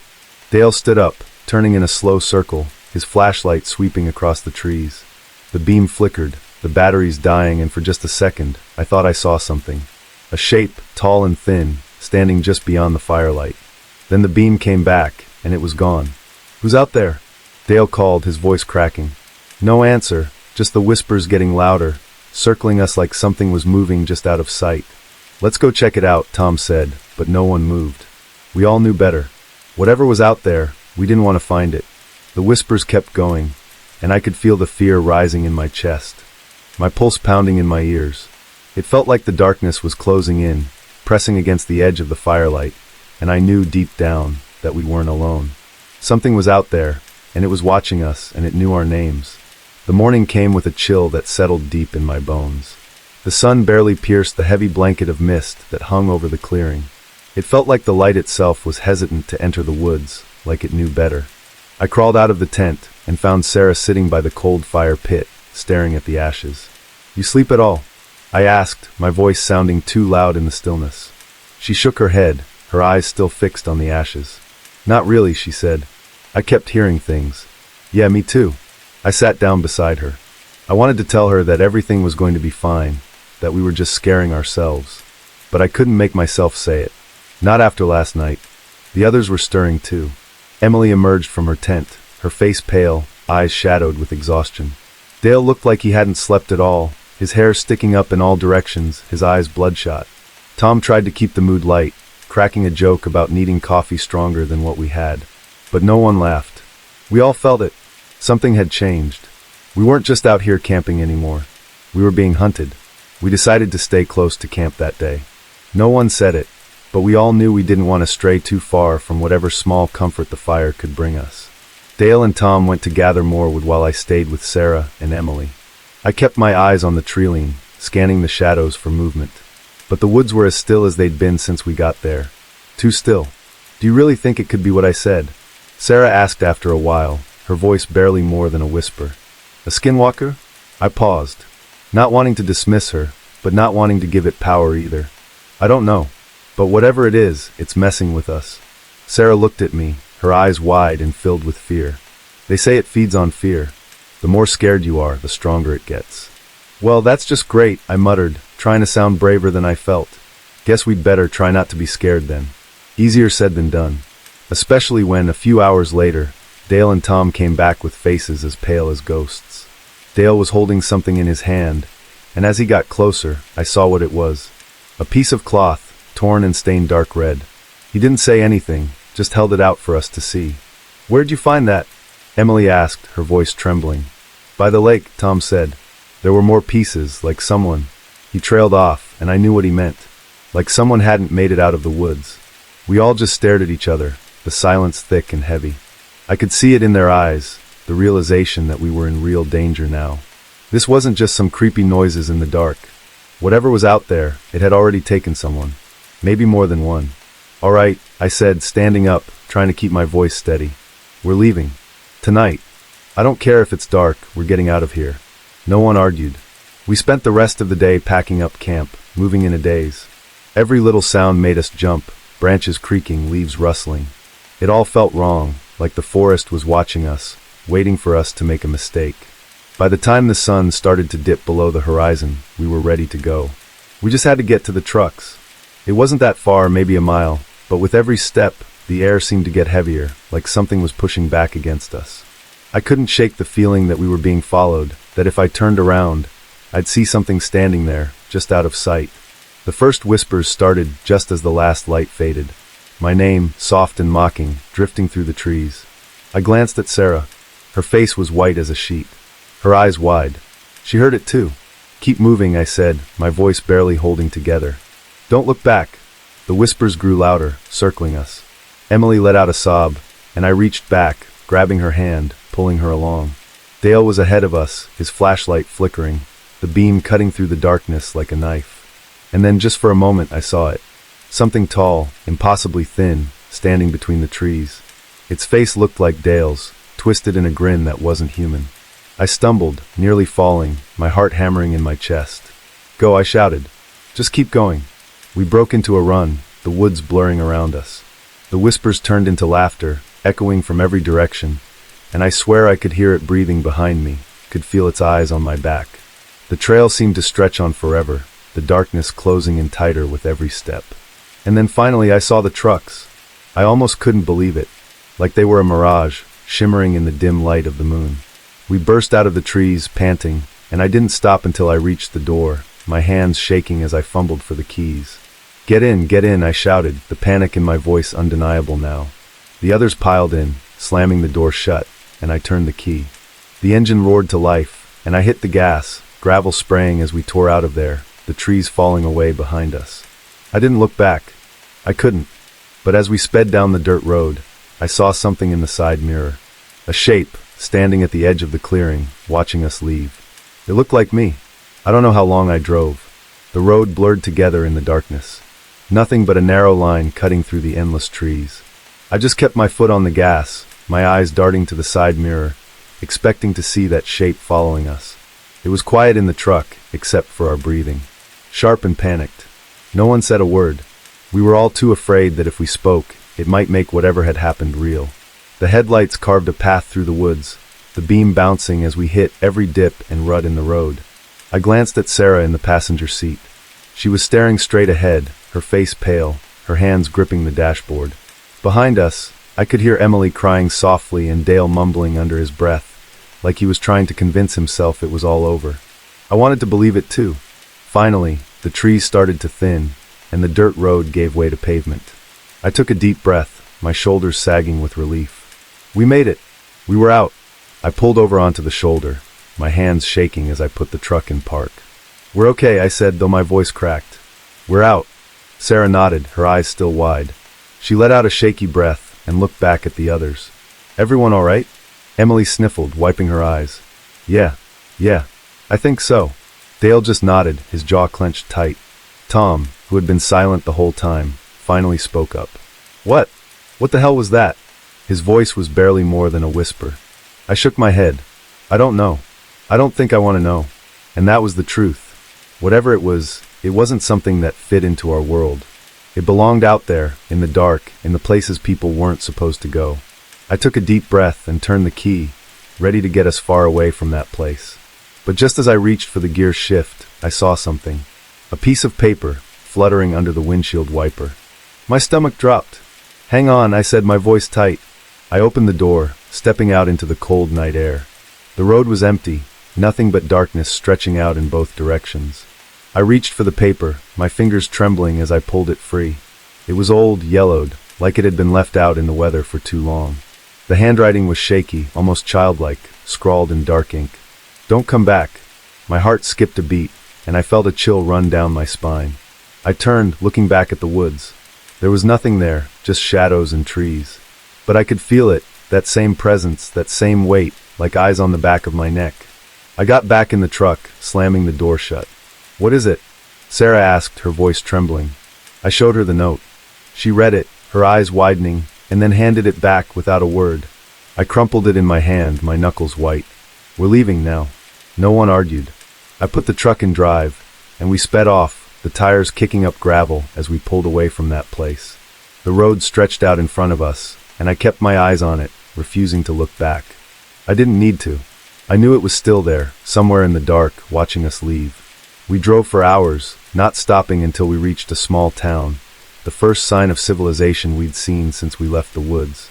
I pulled into a gas station, the neon lights buzzing overhead, and turned off the engine. We all just sat there for a moment, the silence pressing in on us. Dale finally spoke, his voice barely more than a whisper. What do we do now? I looked at him, then at the others. Emily was staring out the window, her eyes red from crying. Tom was slumped in his seat, his face pale. Sarah was still clutching the dashboard, her knuckles white. We go home, I said. We forget this ever happened. But I knew it wouldn't be that easy. Even now, with the bright lights of the gas station around us, I could still feel it, that sense of dread, that feeling that we weren't alone. It was like a shadow, clinging to me, refusing to let go. We got out, stretching our legs, the cold night air biting at our skin. I watched as Dale filled the tank, his eyes darting around, never staying still for long. Sarah stood beside me, her arms wrapped around herself, her breath coming out in shaky puffs. You think it's over? She asked, her voice barely audible. I wanted to tell her yes, that we were safe now, that whatever it was couldn't follow us here. But I couldn't make myself say it.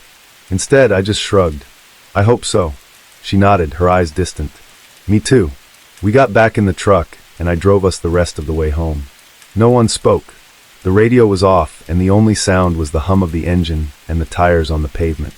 The farther we got from the woods, the lighter I felt, like a weight was slowly lifting off my chest. But it never went away completely, not really. By the time we reached the city, the sky was starting to lighten, the first hints of dawn breaking over the horizon. I dropped everyone off, one by one, each of them giving me a silent nod before disappearing into their homes. When I finally pulled into my driveway, I just sat there for a moment, the engine ticking as it cooled. I looked at the note, still crumpled in my hand, and felt a chill run through me. Don't come back. I wasn't planning on it,